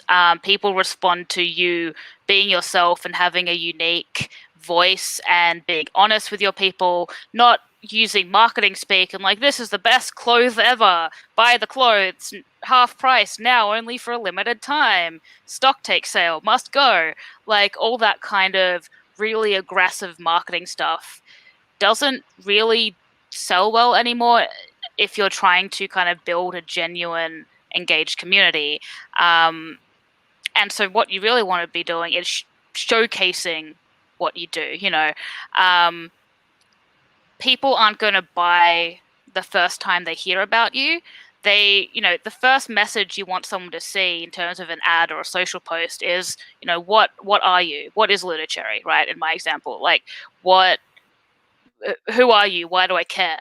And so, the first things that I want people to know, oh, okay, we make geeky clothes. Great. The second thing is, why is your product unique? Okay, well, I want to show people that we don't just have geeky t-shirts, we have geeky shirts and skirts, stylish, unique, we're ethical, where we've got pockets, we've got all this stuff. And the third kind of step in that process is, oh, okay, cool, I know what you are, I know why you're unique, why should I purchase your product, why should I engage with you further, why should I follow you? And that's when you kind of make content that isn't just marketing your stuff, but is engaging people, ask people what they're playing, interact with them, show people why your products are cool. There's a whole bunch of ways you can do it depending on, what exactly your game is or your product is, but you really want to get those messages through to people of, what you are, why you matter, and why they should follow you, and kind of have that going through all of your social posts and all of your community engagement is just kind of building their investment in you, I guess, because if they feel a personal attachment to you as a person and your brand and what you're doing, you're going to have a much higher rate of them wanting to follow you and buy your stuff. Okay, I think I'm going to ask the questions. I never properly checked in with you if you've got time you need to be gone by. No, go away. Go ask away. I've got plenty of time. So Cheap Sheep Games asks, what was your biggest financial waste and why in the context of marketing? Well, okay, so ignoring the last episode I was here, because that was definitely my biggest financial waste. So I'll summarize that quickly, but basically we spent a lot of money on a third-party marketing company that was a scam. And obviously they did nothing, and we completely wasted that money. But for the full story, you can go watch, I don't know which episode it was, but I'm sure you can find it on the YouTubes, on Bez's YouTube. So other than that, it's actually surprising that our biggest marketing waste for us personally, this is not the case for board game Kickstarters in general, was Board Game Geek ads. And this was a huge, huge surprise for us. So I've previously worked for Bezier Games, and, I've done analytics on when we did Board Game Geek front page ads and site-wide ads and contests and all that stuff, and it always had the best return on investment, as much as you can attribute ads to conversions. It had the best return on investment, like 2-3 times above any other marketing efforts we did. Was Board Game Geek ads were just like, great, people clicked, people buy on Board Game Geek. And so we're like, great, we'll support Board Game Geek, we'll get some ads on there for LUDOCHERRY. And we got, I think, over the course of the month, and BGG ads are fairly spendy, a few $1,000s, I think, a couple of $1,000s. We got 2 conversions, like 2 purchases total. And this was with us, after a couple of weeks, changing the ads, changing the format, trying to make them more appealing, seeing what people clicked on and what people didn't. And chat at BGG was super helpful, giving us all those analytics so we could try to adjust it. But nothing worked. And it was really interesting. I'm slightly confused. So earlier BGG ads were working? For Bezier games. So for Bezier games where the product is, a literal board game. And so for LUDOCHERRY, when I came to making the decisions for that, I was like, great, easy done. BGG ads, I know they work. I know they're good. Sorry. Yeah. So yeah, I get it. Okay, so what you're saying basically is that you can't transplant the success or failure of some other thing that was made into your unique thing. Because sure, clothing's totally different. Even though, yes, it's board game related clothing, it's still very different compared to an actual board game. Absolutely. And by the same token, if I make, couple or alphabetical deck or a Kitty Cataclysm Kickstarter, that's going to be incredibly different to what would work for Bezier.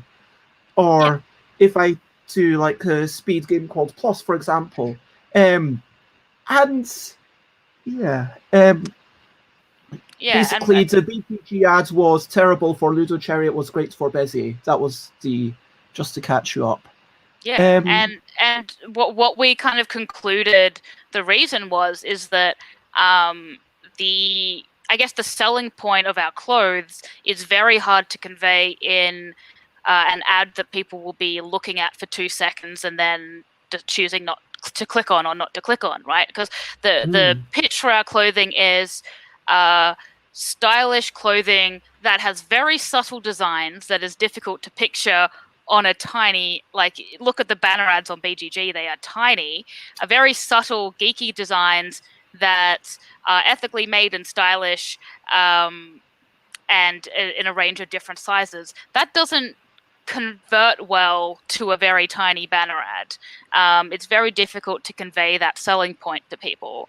And so, what we tried to do was, show the pattern zoomed in on, show people long wise wearing a full shot of them wearing the clothes and the pattern zoomed in, or being like geeky clothing.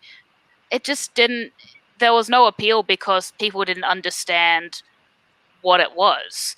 And so it was just an interesting case of the format and the format for the message not being, the format not being able to carry the message, I guess is the best way of saying it. Yeah, I think that's a really good shout. And yeah, you don't want to just follow what's worked for in another situation. You want to take that information, but then tailor it, as you say, to your own approach. And yeah, I mean, I'm really excited with the photos that Chris did for, we're going to start trying to have the LDEC Twitter, going a little bit more, and maybe, be more of its own thing, which isn't just me posting. And Chris did oh, here's a little project and then inspired by other people's things, but then, very much becoming its own creation with, it's about me seeing, does Instagram work? Does Twitter work? Does this? And kind of, but yeah, before you sink a lot of time into it, before you sink lots of money into it, just be aware that sadly, there's a lot of guesswork at the end of the day, isn't it? Yep. And a bit of guesstimating, as people are wont to say. Johan has an easy question for you, I think. Are your clothes more based on sitting comfortably or as a symbol of board game players, like a uniform? I think it can be both. I mean, I obviously wanted our clothes to be comfortable and wearable and practical, but yeah, I mean, I guess I wanted it to be. I don't know what a way of saying it is, but like a way of like geeks signaling to each other that they're geeks without wanting to announce it to everyone else, like a little secret, like, "Hey, I'm a geek. Look, I've got meeples on my shirt, but my other co-workers don't know. But I know you play games." Like it's that kind of little hint that you're still wearing your hobby, literally on your sleeve, but without everyone knowing about it. So for people who don't like going around being like, "I'm a geek, look at me," which there are people who don't love, shouting it out to everyone. And sure, like you can have big T-shirts that say "Board Games for Life," which pretty clearly announce that maybe you love board games. I mean, unless, I guess. Are there people who would wear such a thing ironically, or maybe they just got the T-shirts, for 50p at a charity shop? I don't know, or more realistically, £1. But yeah, I like the fact that you can be going there, and it feels like the next evolution of clothing. Do you know what I mean? Because where you've got T-shirts, let's say you like American football or Australian rules football, I think is a thing, or let's say you like football, by which I mean what the Americans call soccer. I mean like footballs that you kick around with your feet and there's 11 people. The round one, yep. Yeah. Yeah. Not that egg ball. Anyway, so like you can wear actual strips, like you can have the tops like the players would wear and present, "Oh yeah, I'm Ronaldo," or whatever. Well, no one thinks that you're actually Ronaldo, but you're clearly stating, "Hey, I love Ronaldo and love their team," or whatever. Maybe you've got the new Man U top from this year, and that's like its own business where they're selling the new strips, and every year it changes, and people buy the new tops. And like, I guess there's also you could go a little step removed. Like you could have something emblazoned on the thing, but you do also get like little ties that have like little sports motifs. Maybe they've got like the oval football, or maybe they've got like the proper football. Or maybe they've got, all sorts, or maybe you've got socks that have these things. It's like, oh, this is a little thing that I like, but I don't want to announce it. This is something that I wear, actually, even within my business setting. Yeah. Where you've got to have like a suit and a jacket. And I mean, I know a lot of places where you couldn't wear your stuff. I mean, for sure, there's in the financial sector, if you were to wear one of your shirts, that would be a bit too flamboyant, I reckon. Yeah. But, I mean, if you were like, okay, it's, even in the financial sector, if you were going to an evening party, for example, that might be appropriate then.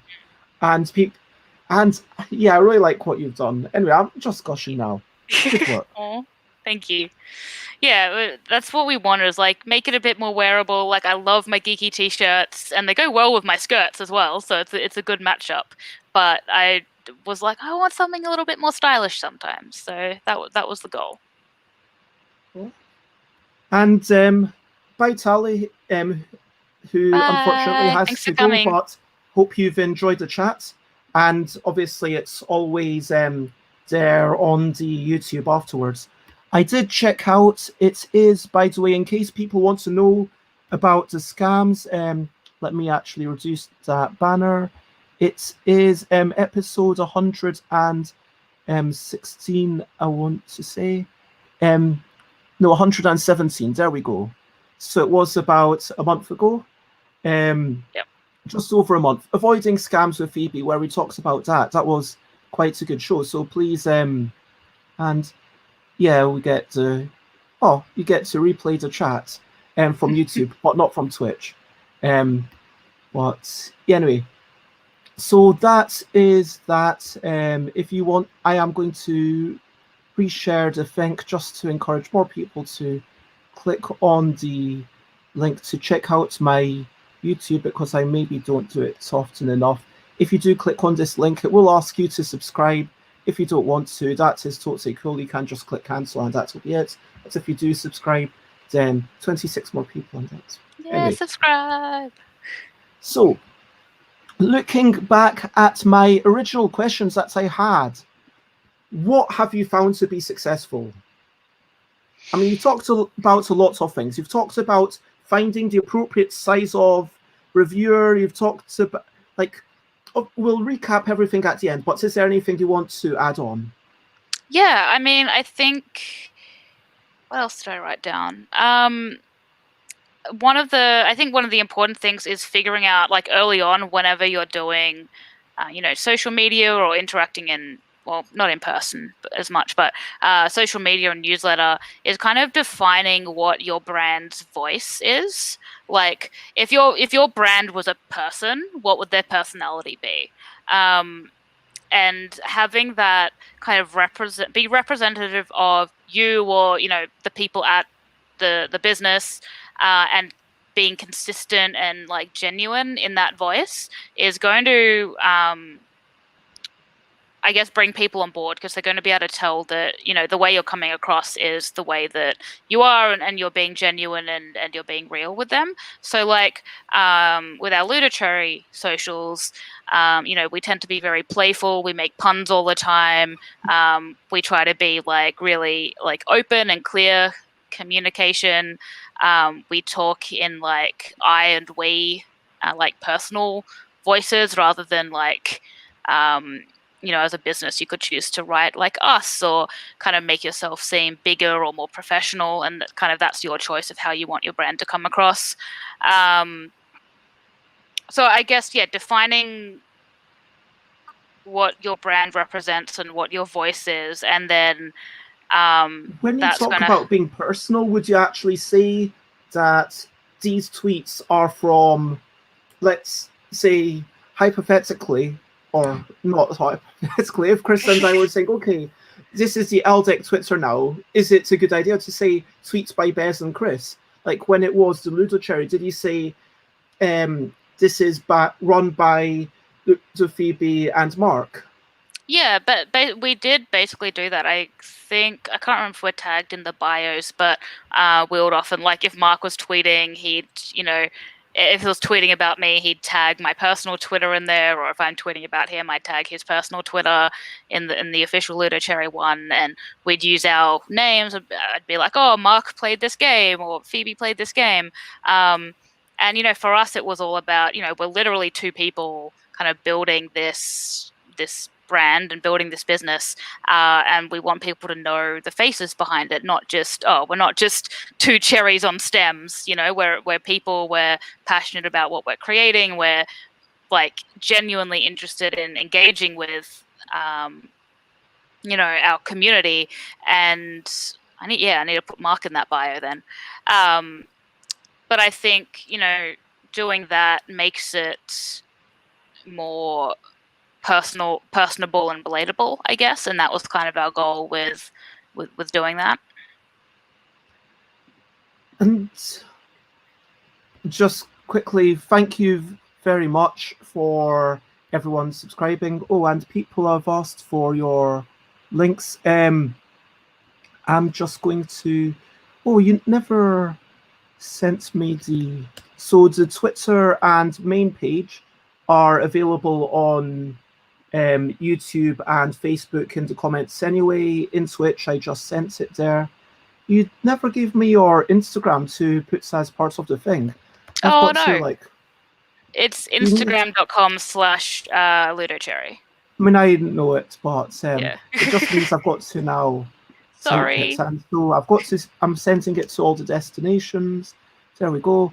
And so, yeah, that's the Instagram. And so that is that. So, yeah, representing yourself and being personal, focusing on what you are, those individualities. Anything else particularly successful? Definitely, again, focus on a mailing list. Like, if you can get a mailing list of 300, 400, 500 people, that's really going to help you, especially if you're doing a Kickstarter or something that needs, quick funding and quick show of support. A mailing list is going to be your most reliable, your most percentage conversions that's going to help. Yep. Mailing list seems to be like the thing that everyone's shouting about. And It just works. It just does. As I said, if someone gives you their email address, it's because they really genuinely want to know more. Unless you're, as I said, inflating it with giveaways and stuff like that. But yeah, mailing lists, people subscribed there are interested. They want to know updates. They want to buy your stuff. people want to know if there was a rat on your shoulder. Not in this video. Previously, Okay. like in the other video, maybe. I No, have just now, someone thought that's a rat jumped up Oh. on your shoulder just a moment ago. No. Okay. We do have So, 3 rats though. That's the cage behind us. There. Yeah. The question is, like, how can we prioritize all the possibilities? And I thought this was going to be the main thing, but we ended up talking about so much else. But like, this is like such a big thing. You don't need to like spend an hour talking about this, obviously. But you say don't do everything. Like, there's the big Facebook thing, like the Instagram. Okay, you say like, okay, campaign it, claim those names, claim those addresses. But then how do we prioritize? Yeah. It's hard. I mean, yeah, as I started saying, and then we went on a tangent. Instagram, it's good if you have pretty things. Facebook, it's great for especially if you run a group. If you have like a genuine community, you can engage. Like especially for games, that's great. You can make groups for playtesters and people who give you feedback and people who just love playing your games. I think probably the best, most successful example of that is Stonemaier Games, that has a Facebook group for all of their big titles. So they'll have a Scythe Facebook group, and they have a Wingspan Facebook group, and all the fans of those games can just congregate there and ask rules questions and rave about it and post bird memes and all that stuff. And it just kind of builds very natural engagement around your brand. It's not even direct marketing, but it's people associating with you and promoting you and building that relationship. So I mean, obviously, this is them coming from a place where they've already been incredibly successful on Kickstarter. I mean, Viticulture was Jamie Stegmaier's second Kickstarter, and it was fairly successful. I mean, I've still not managed to do anything of that level, and it's part of it is that, yes, it was a good game that filled a niche that wasn't being filled at that time. Like, hey, here's a strategic game based on winemaking. Part of that was, okay, there's a lot of reaching out to wine people, and also Jamie's previous experience as a marketer. So sometimes it feels like if you do too much, you might just end up with a page that's just empty, and people, oh, this feels a bit sad. Yeah. Yeah, absolutely. I mean, like, if you're a small publisher with 5 small games and 100 followers, you're not going to make a Facebook group for every individual game, right? Like, you're just splitting your audience too much at that point. Like, the best way to start is, have one Facebook group for your brand and one Facebook page for your brand. And a group will allow you to do... The great thing about Facebook groups is you'll get much more engagement because everyone in that group will generally be, unless they've opted out of notifications, they'll get notifications when people make posts or when you make announcements or whatever in that group. Whereas if you look at a page, I can't remember the exact percentage, but I think it's something like 1 to 5% of your followers on a page will ever see that post in their timeline, because the algorithm is just deprioritizing unpaid page posts because they want your ad money, whereas a group has much more natural notifications and ways of engaging people who have opted into that. So I'd say if you can drive people to a group, you will get better engagement than through a page.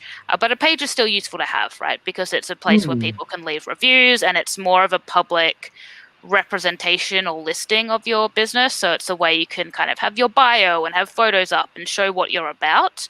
But if you're trying to actually get people to engage with you as a community, a group's going to give you much better success at that. At least that's what I've found in doing LUDOCHERRY. Yeah. I mean, for sure, pages, I can see the advantage of them because it's... So Chris is talking about mailing lists where they say that you're lucky if you get 1 to 3% conversion rates from a mailing list. I think that means people on the mailing list versus people who actually back the Kickstarter. It is possible to build a better mailing list, but that needs more information. You can't just say mailing lists work. Oh yeah, absolutely. So yeah, earlier I did talk about, the things that help build a successful mailing list. As I said, if you're artificially inflating your numbers with giveaways, with things like that, you're going to get a less engaged thing. But the numbers I've heard from Kickstarter creators, I haven't actually done the numbers on ours and like compared our subscribers to our backers and see what the crossover is. But for Kickstarters that are building their mailing list through in-person engagement, conventions, social media, unpaid posts and comments and things like that, Facebook group engagement, you can get 20 to 30% conversion, and that's because you have people. If you're engaging a community that becomes emotionally invested in your game, and then your game has this urgency of, we're a small creator, we literally need your funds, your money, your support in order to make this game and for you to get it in your hands. That urgency combined with the kind of interest in your product and the attachment to you as a creator and as a person will really help garner support from them. But yeah, it's not a magic thing. You can't just buy mailing list subscribers or be like, oh, I got 1,000 subscribers from running a giveaway, but then they all unsubscribed or none of them opened my emails.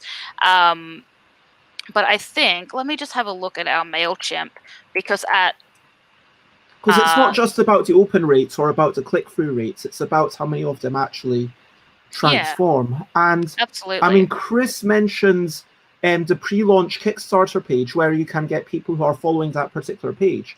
And sure, it gets 10 to 20% conversions if you have an attractive game, but it's so much effort to get those people.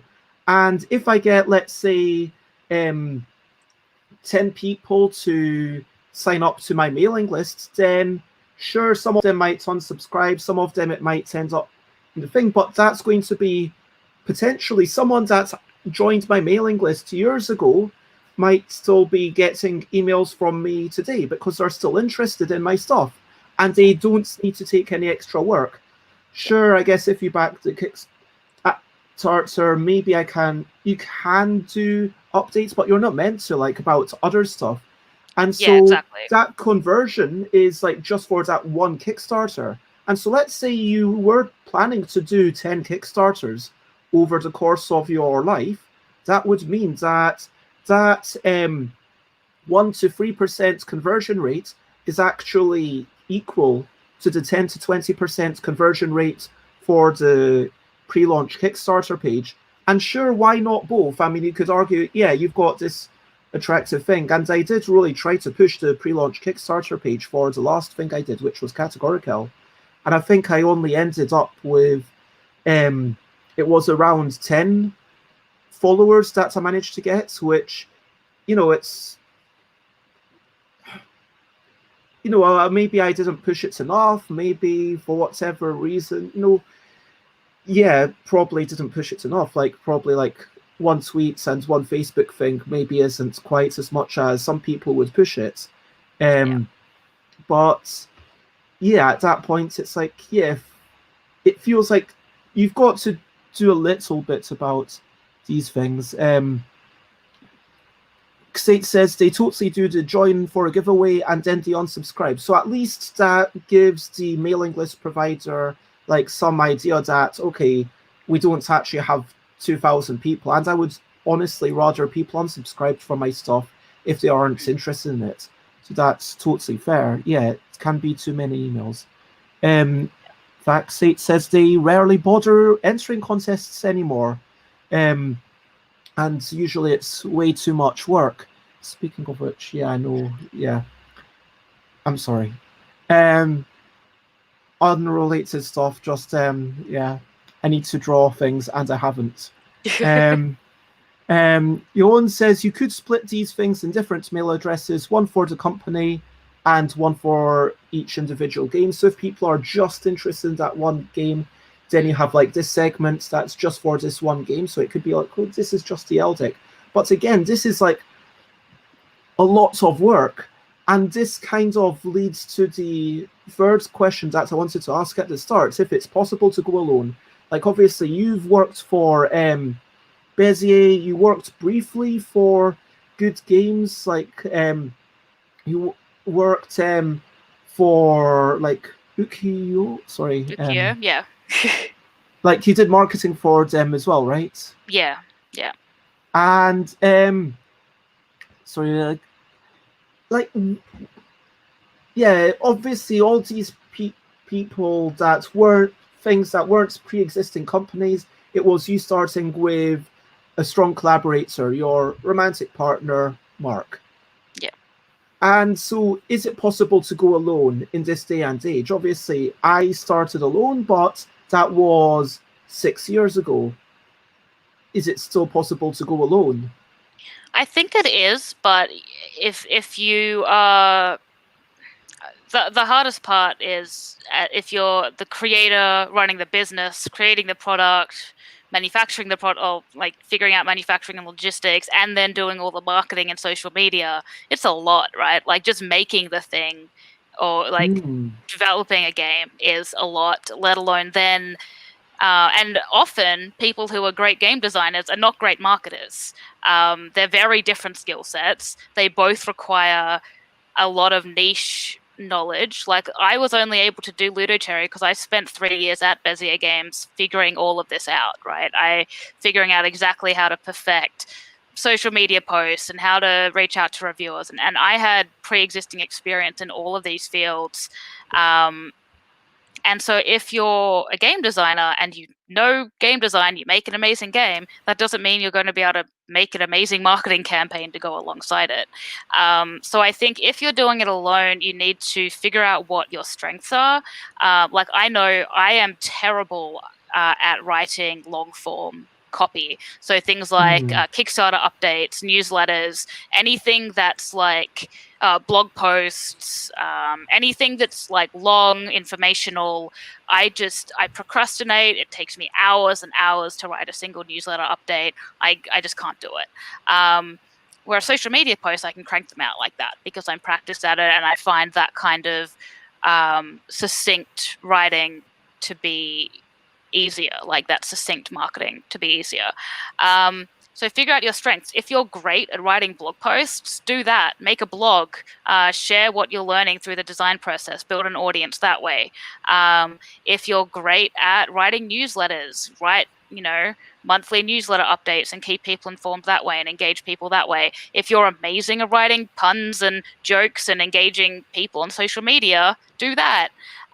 So figure out your strengths, play to that before you start trying to do everything, because that's starting out with things that you hate doing or are bad at or struggle to do and takes you a long time to do for less reward is only going to make you feel bad, and you don't get as much value for the hours put in. Focus on the social media channels you're most comfortable with. Focus on the social media channels where your audience is. Focus on platforms where you're comfortable. And I don't know, I guess it's just doing everything is great, right? But no one can do everything unless you just literally never sleep. And there's time for that, and that's the Kickstarter, when your Kickstarter is actually live, and then maybe you're lucky if you get a couple of hours sleep a night.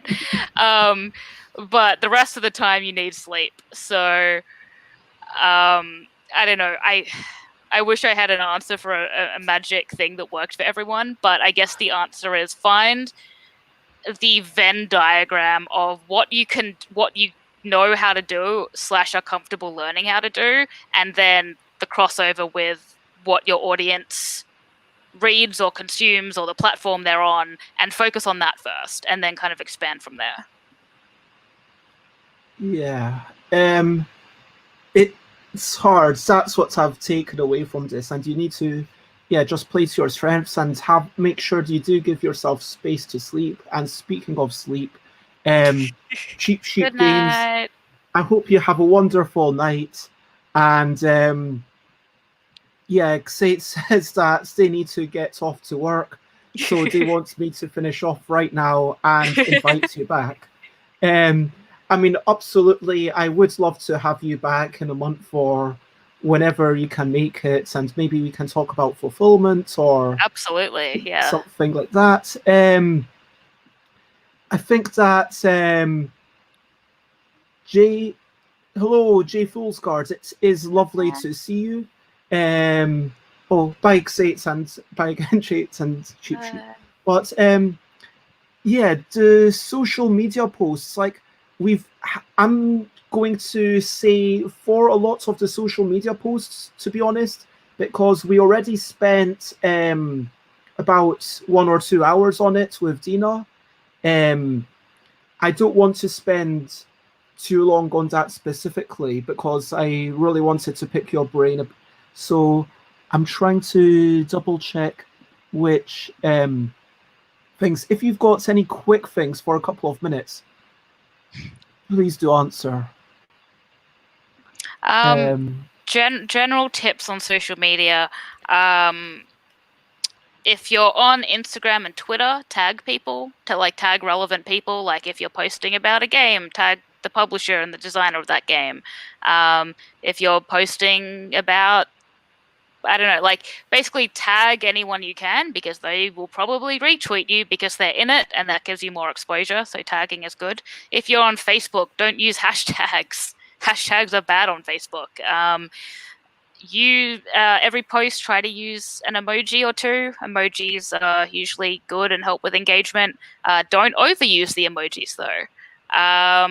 I would also say try to include an image on every post you do because an image will make that basically that post takes up more real estate on everyone's page.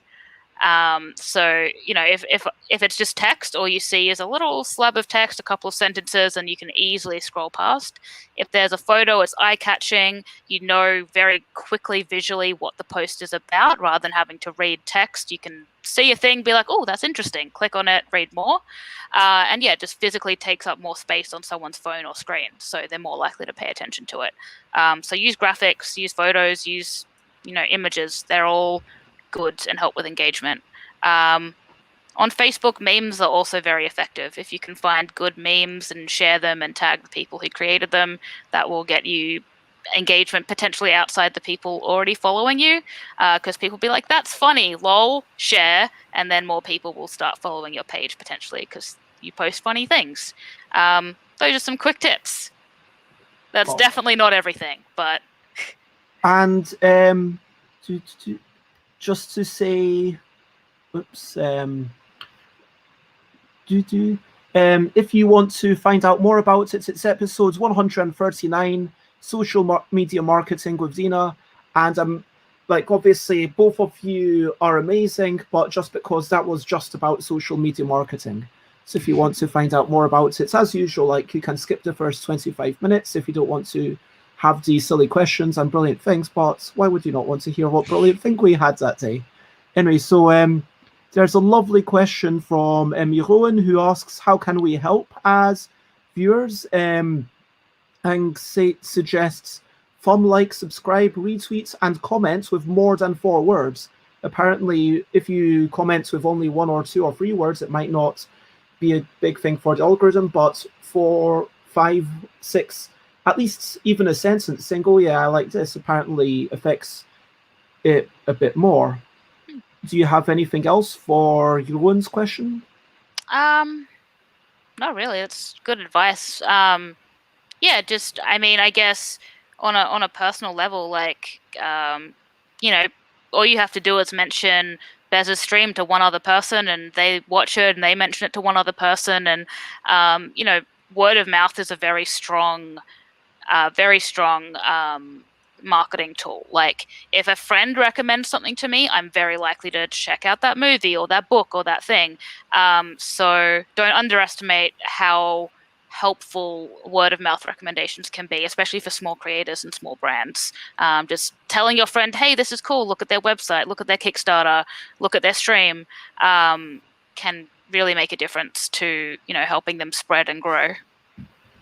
And of course, if you share it to more than one person, or more. then I didn't want that's to even make it like better. a multi-level marketing scheme thing. I didn't want to be like, 5 people and they have to find 5 friends and all of that. But yeah. My point is, one person is enough to make a difference. If you do more than that, great. But yeah. Yeah, and oh man, so just amused by all this. I'm going to flash this up because, yeah, this will make me laugh in the future when I maybe rewatch this on my deathbed. I will kind of rewatch all these videos and be like, oh yeah, those were good times when like everyone was making jokes, and yeah, there was like that lovely person Phoebe. Oh my God, how, I don't know, like maybe we've lost touch, maybe we haven't. Who knows what will happen in like 50 years time? I mean, I'm hoping that I don't die. Like, if I die in like 100 years time, if I'm actually able to be healthy, that's a bit, ambitious and unachievable. But regardless, yeah, as parts of my daily highlights, I have started kind of saying, yeah, I really enjoyed this podcast that I've been enjoying. Back in the day when I used to write a lot more, honestly, like it kind of took a nosedive around February, March. I think because of stress, because of like the way the world is right now, if you know what I mean. I've just found it, and also a combination of my computer, also some of the keys don't work. Anyway, let's move swiftly past that. I used to kind of do these reviews of podcasts. Like, I don't know why I'm doing it in inverted commas. It was like a review. It was basically me rating them on several criteria. It's like, how much does it teach me about games? How much does it teach me about game people? How much does it make me smile? So you can say, okay, well, maybe you want to learn about game design. Well, then this is a terrible show for you. But if you want to learn about, you don't listen to Board Game Insider if you want to learn about game design. But listen to it if you want to learn about board gaming news. And if you are entertained by Stephen Bonacore and Ignacy Cevicek. And yeah, don't watch this stream if anyway, you want more reviews. Also, I've kind of started doing like top lists. But anyway, so yeah. Yeah. Oh yeah, man. When I am old, like I'll kind of potentially still be making streams whilst I'm still catching up. It'll be like. But you can stream your reaction videos from watching your streams. Oh, then would I have to watch the reaction videos again before I die? Like if it's like, oh, this is something that I have to do, and then I could stream my reaction video to my reaction video. Has anyone done that before? A reaction video to a reaction video. I haven't seen one. Maybe you could be the first. Yes, let's do it. Let's do it. Okay. So, this is the secret to immortality. Anyway, so this is going completely off the rails. Is it possible to go alone? We've answered that. How different is marketing clothes versus marketing for a publisher? This is the penultimate question. I'm just calling it here. This is a penultimate question. Yeah, I mean, as I said, I guess with the BGG ad experience, very different in terms of, I guess who the not even who the demographic is, but how you have to convey what the product is. Yeah. So sorry, I'm just distracted by the comments. Yeah, ignore them for a moment. I'm just putting this up for the reaction video. We're going to have a reaction video to this in 1 year's time. Let's arrange that right now. Let's do a reaction video. Like every year, it will get like one level more meta. Can we do that? I'm in. Yes, yes, I'm in. I love this. Okay. I am booked. Okay. Yeah, no, very different. Because what you're selling is different, right? So you're not selling a gaming experience that they're going to play with friends. You're selling a luxury, statement piece of clothing that is even more niche, I guess, than board games, because it relies on not only appreciating and admiring and loving board games, but also then appreciating, admiring, and loving nice, pretty, well-made clothes. So it's even more niche, and then you have to very highly target those people to be successful. But I mean, there are a lot of similarities as well in terms of how I approached my voice on social media and how I approach kind of managing all of that and the outlets we use for marketing. But the actual message and the graphics and all of that is obviously constructed quite differently. And that makes so much sense. It's like about what you're making and needing to tailor it to the thing. And you really need to think about who would want this. And I mean, when you're designing a game or when you're making a thing, it's so easy to just ignore that target audience. But I think that thinking about your target audience actually helps you make a stronger thing, if you know what I mean. Absolutely. Even if along the way you kind of realize, hey, wait a minute, like that game that Chris and I played yesterday, that's way too complicated for a 5-year-old. I mean, some 5-year-olds, sure, I think it's fine, but it didn't quite have the catch-up mechanism required for adults to be able to play with their kids. There were things that I discovered that's actually, if you get more and more things as a catch-up mechanism, sure, that works in Wibble or in Plus, because those are obligations that you absolutely have to count. But when you're estimating things, it's not really a catch-up mechanism. And that's like a big, wow, why didn't I not think of this before? But that's going to be something that I always know in future for my games. And I am allowed to change the target audience, but by having that target audience in my head, not only am I able to then maybe make the graphics more appropriate for them, to make all of it like more pinpoint, okay, because it's that whole thing. You don't want everyone to just, yeah, this is nice. It's like love. We want people to love it, even if a few people hate it. Now, I don't know if we've got time for this, but I had a question. What does an in-house marketer even do? Because you described yourself as you wanted to kind of pinpoint that you did work there very briefly for Good Games, and you didn't get much time to get stuff started, but you were the in-house marketer there.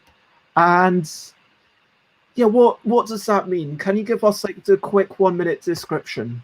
Yeah, I mean, I kind of did it for Bezier Games as well, although Bezier started out as just social media and then went to more marketing. But I guess at a high level, for a smaller company, you'll probably be doing everything. So that means, writing the social media, planning the marketing campaigns, writing the social media posts, writing the newsletters, doing outreach to press and reviewers, getting people review copies, or just sending out press releases so people know about your game. Kind of everything, like coordinating to get ads on BGG, booking ads in the various board gaming Facebook groups.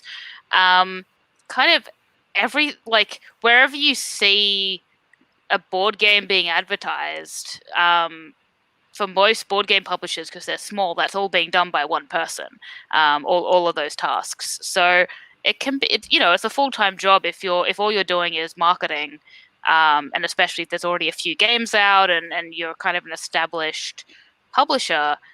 There's a lot of bases to cover. You're also monitoring for games. You're monitoring Board Game Geek for rules questions and forums and responding to questions. Maybe you're answering customer inquiries or complaints about games. Depending on, again, how big the publisher is, that might be split off to like a customer support person and then a marketing person. But yeah, it's everything. Everything involved in telling influencers, telling customers, and telling press about what you make and why they should care. And I guess that's the thing. Like, people think, oh, I can make board games myself, and yes, you can. But the reason why it might not be the best idea to publish it yourself is because not only is the production and like manufacturing quite a bit of work, but also marketing has the biggest impact. Marketing has a bigger impact, I'm going to argue, upon the success of a game than the quality of the game. Yeah, I would sadly say that can be true. Can be or is? Is, like, a lot of the time is. There are times when, there'll be really niche games that somehow break through the mess of the fire hose, I guess, of games and new releases coming out. But most of the time, it's about a game because it's marketed well. Yeah, and that's the thing. Without awareness, who's going to get it? And it is a full-time job, and that's like the reason why that's like the reason why I am amazingly in a fortunate position where how many people watched that Korean video, like 200 something thousand, 225,790. That's a lot of views for a video of a game, and that's not something that I would have ever achieved. But Gigamic have that kind of thing. They can reach out to people. They can reach out to these reviewers that I might not do. They have the budget to kind of say, okay, we're sending it to that person. We're not going to bother with that person. And meanwhile, okay, I'm going to use it as a way to get relationships. And that's like its whole topic that I wanted to invite Richard on, although that might not happen due to scheduling conflicts, because this show is on at 10 a.m. UK time, which apparently is a great thing for Richard normally, but who said like the whole relationships is problematic. But I think at this point, let's start recapping and wrapping up. I am going to get to all the comments in a tiny bit, but yeah, we started off talking about Angry Water, that's what I wrote. Which is a lovely, like, kind of... It's so good, having some angry water right now. Or you could call it enthusiastic water, or you could call it excited water. Overjoyed. Overjoyous water. And we talked about new games made that we've been working on, games we'd been enjoying, about meeple-sized fleas and other horrific things, about dominations and familiar alchemy, about how you'd love to have Kwanchai Moria, doing some pattern for you, and you're already in conversations, and hopefully that'll work out. How like these are weird times, and how you've got to have a long lead in for your next project. And then we got raided. Oh my god, like that was so lovely. Thank you. Eggs everywhere. Eggs and rats. And then we talked about like telling people what you're doing and like selling things. Like that's kind of the definition of marketing. Doing things that lead to, in a very cold, calculating point of view, it's about doing things that encourage a particular type of behavior or change in desire or emotion, if you know what I mean. Because you're not just telling people about a thing, you're hoping that either they then have more desire for this game, or they are more likely to buy it, or more likely to tell their friends about it, or maybe more likely to play it if they've not played it for a while, and help continue spreading about it. Which is, like, again, this is where it feels really cold and manipulative, but we didn't talk about this part of it. But hopefully, like, that gets into the key part, that hopefully that fundamental thing that you were asking people to do is a good thing, because marketing can be used for evil. It's like any tool. Like where, it's like, what are you using it for? We talked about having these touch points, and if you've got not much money, send it to reviewers, although maybe those local reviewers, like Cheap Cheap Games said, about social media, about newsletters, mailing lists, reaching out to smaller folk, interviews, about interaction, like having some, thinking about how much interaction does a reviewer have, what comments and what style and what pre-existing community do they have that makes it a good fit for you. But in order to make it successful, you need to have a pre-existing community, you need to have a good thing, and then you need to do the marketing. So you need to have, you talked about like these three aspects as a sort of triangle, if you know what I mean. What did you say, a tripod? Yeah, maybe a stool. Three prongs, I think I said. The triangle works. Three-legged stool also works. Whatever we want. We could do like a robot's hand with 3 fingers. And we talked about not doing literally everything. That Board Game Geek was great for Bezier games, but not for LUDOCHERRY. So tailor your approach and represent yourself. Be happy to say, yes, we are just a couple of people. Be happy to say, yes, we are, we're a bit silly, and that's what we're going to show about what are your strengths. Play to your strengths. But remember, nothing is a panacea, whether it being mailing lists or whatever. It is hard. Thinking about social media, mention graphics, pictures, emojis, memes. Thinking about who you're actually targeting, who wants it, and the fact that marketing is a full-time job. And as you get more and more existing customers, it's not just about marketing like outside, it's also about kind of keeping those people involved and keeping people playing the game and making sure that the people who bought the game have the right roles, and making sure like that after sales care is kind of parts of marketing. Absolutely. And yeah, do we have anything that you want to add to that recap? I think that was a pretty good recap. Thank you. Yeah. If you want to check out LUDOCHERRY, then as we've said, remind me after this stream if we're doing a thing again in the future, Phoebe, to add your Instagram, because otherwise I'm going to copy paste this in like a month or whatever, and I'll forget to add your Instagram. So please remind me. But if you want to check out LUDOCHERRY, oh wait, it's also LUDOCHERRY on Twitter. We should say, like, really, just give me all the links. It's fine. I'll give you every link. So Phoebe, like on Twitter, it's ludocherry.com. Anywhere else apart from the Instagram.com/LudoCherry? We're on Kickstarter, but if you just Google Kickstarter LUDOCHERRY, you'll find us at our page, and that has a pretty detailed summary of everything we're about and our sizing and our features, and yeah, Kickstarter's probably got the most information. And if you want to find me, stuffwithbez.com is my website. Stuffwithbez.com is where you can buy my stuff. Twitter.com/stuffwithbez, where I tweet basically every day, and I try to replace everything. I tweet a lot. So Instagram.com/stuffwithbez, I'm sharing pictures again. Twitch.tv/stuffwithbez, where I stream. That's the best place for the conversation. Facebook.com/stuffwithbez is the thing. And stuffwithbez@gmail.com is where you can email me if this is something you wish to do. And I want to say,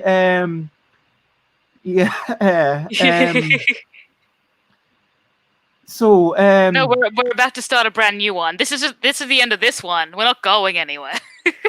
I want to say thank you everyone for the amazing chats, and all the questions and all the comments. It's been amazing. I'm going to try to wrap up a bit so we'll be able to react to this in a year's time, which we're definitely doing.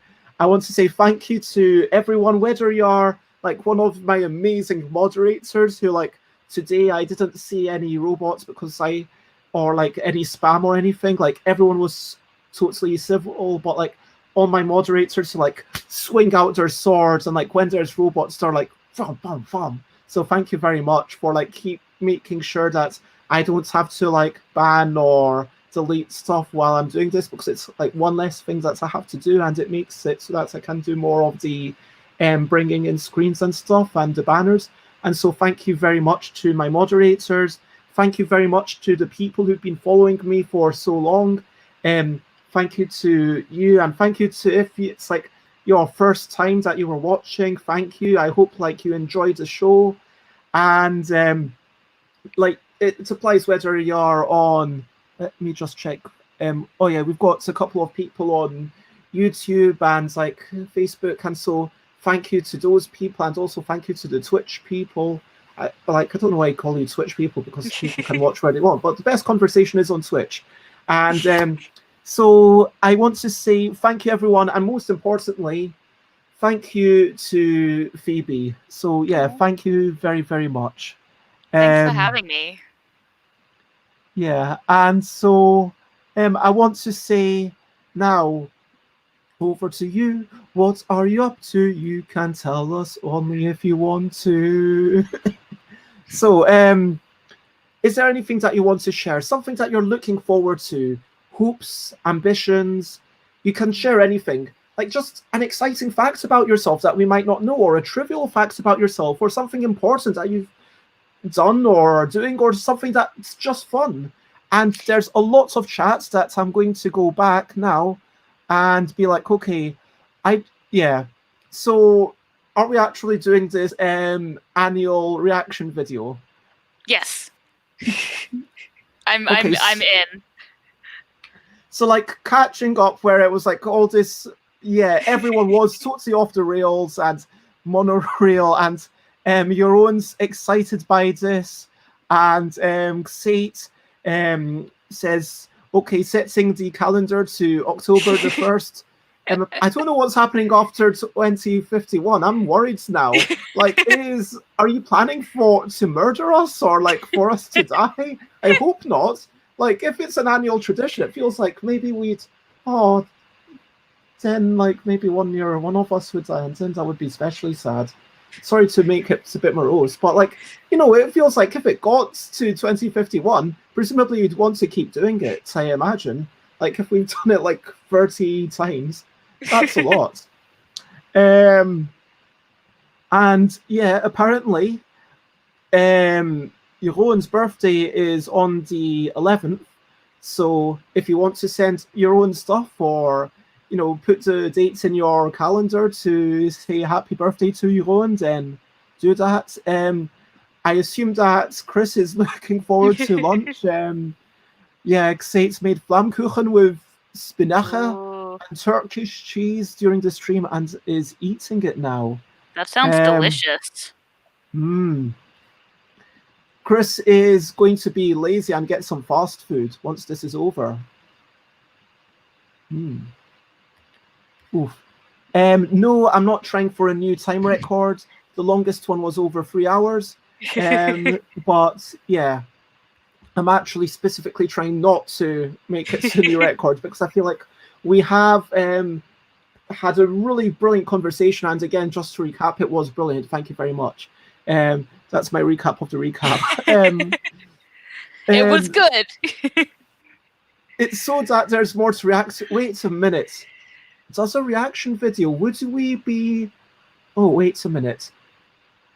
Would our reaction video be like slightly longer than the normal video? Do you get what I mean? Do you get what I'm coming Well, we'd have to do an intro and an outro, so it would have to be like at least maybe 10 minutes longer, like 5 either side. That means that every year it's going to be a little bit longer.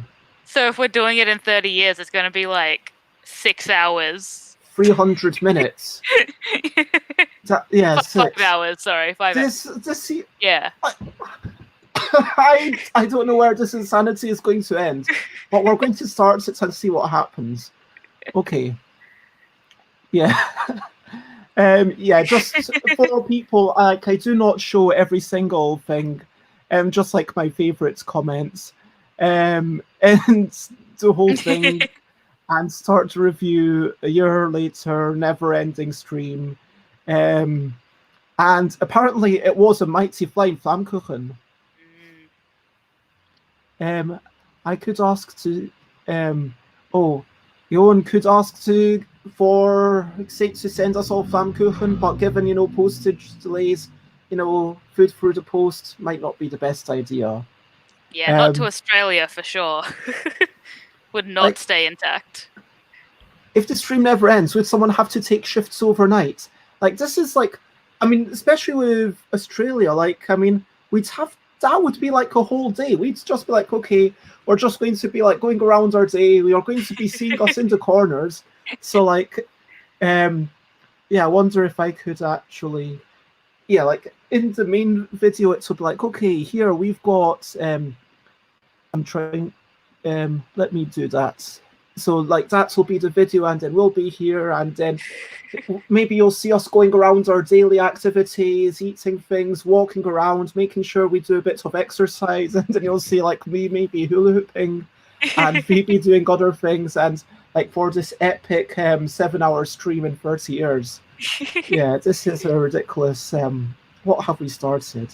We need like little GoPros on our hats so you can just like see our face. We don't have to hold a camera. It's got like a camera pointing at us and you just see us moving around. Oh my gosh. Yes, by that time also technology will probably be cheaper and better. So, True. yeah. We could probably get like a little personal drone to like fly around near us and just like record us. Gosh, that's amazing.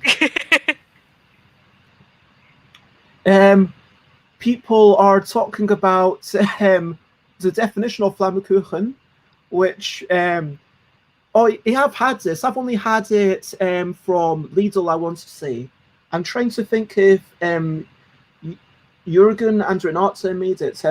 For those who don't know, and why would you, Jürgen and Renata are my brother-in-law's parents. Rest in peace. Oh, trying to be positive. But yeah, anyway, but they were lovely people.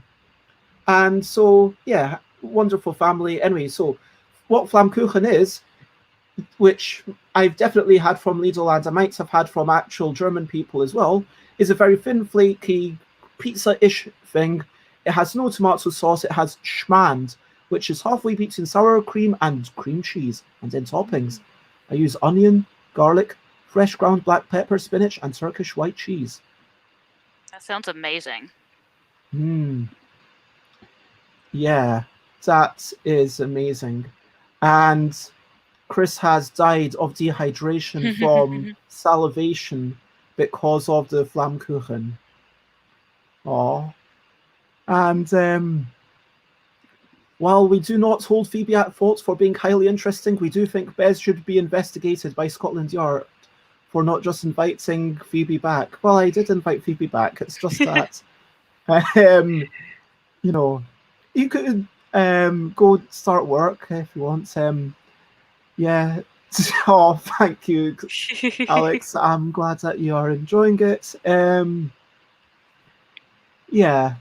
And okay, Xate is buried in clothes. Oh no, sorry, Chris is buried in clothes after dying from dehydration from salivation. Apparently, Xate would have preferred Chris to be buried in fewer garments, so that no. Xate could have admired Chris's body, I think. I don't know if that bears any comment. Yeah, so yes, Xate okay. There is Flammkuchen, and Chris is actually figuratively dying after looking it up. And so yeah, that is now the end of the show. Oh no. And Xate says that they think I'm putting words into their typing. Xate did not say anything about preferring Chris naked in public. Okay, so yeah. Anyway, that is what people are up to. Just a lot of ridiculous chat. Yeah. What are you up to, Phoebe? Are you just winding down for tonight, I assume? Yeah, not much on tonight, but on the weekend I'm catching up with my parents, which is going to be nice because we're in pretty strict lockdown here in Melbourne. So we finally just had it lifted a little bit. So we're actually allowed to meet up with people outside, not in houses, but outside. Up to 5 people from 2 separate households are allowed to catch up. So I'll actually get to see my parents for the first time in like 4 months, which is nice. Amazing. Yeah. And we're going to plan some picnics with some friends as well. So that'll be really nice. And what am I up to? I'm going to try and make my sell sheet, which we were talking about before the stream started. And yeah, I'm going to do like at least a couple and like try and I mean, it feels like it might be a good practice for me to just be like, okay, this is at least the text. That's how we do for the sell sheet for these games, even if I don't have it out there. And yeah, I'm going to try and catch up with my Twitter, with the LDEC Twitter and also my personal Twitter, the LDEC Twitter. Well, it's like I'm catching up from May. I don't understand why in Safari I can go back to May or even before. Maybe it's just a Firefox thing. In Firefox, I can only go back about 2 weeks. It's really weird. Strange. But yeah, that I need to make that drawing. I need to draw things.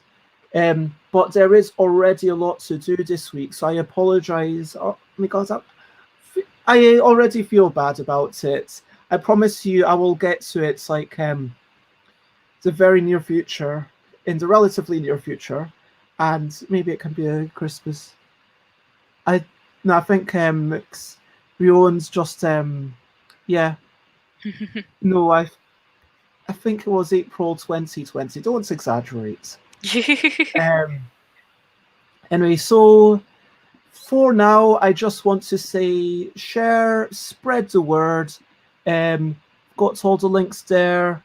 The next streams, if you want to find out the next streams, then go to stuffbybez.com/streams and you will find out that tomorrow I am, oh my gosh, I'm talking to Michael Fox. It's their first time on the show. Yay, Michael's lovely.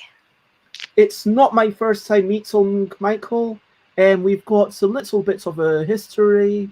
Yeah, and I'm having them on because they made Holding On: The Troubled Life of Billy Kerr, which is a game all about provoking sadness, which is what we're going to talk about. We could have talked about provoking emotions, but we're going to talk about that specifically. And then we will go, maybe it will be like a little meta show, like how at some point we'll compare something else to board games, and at some point we'll talk about provoking other emotions. And then Lewis Shaw will be talking about self-publishing on Saturday. Sunday is... I need to delete that. Mo, yeah, there's been bad news with Mo, unfortunately. So if everyone can keep... sorry, I didn't mean to make that public. But Mo has a thing which is not serious. It's definitely not COVID.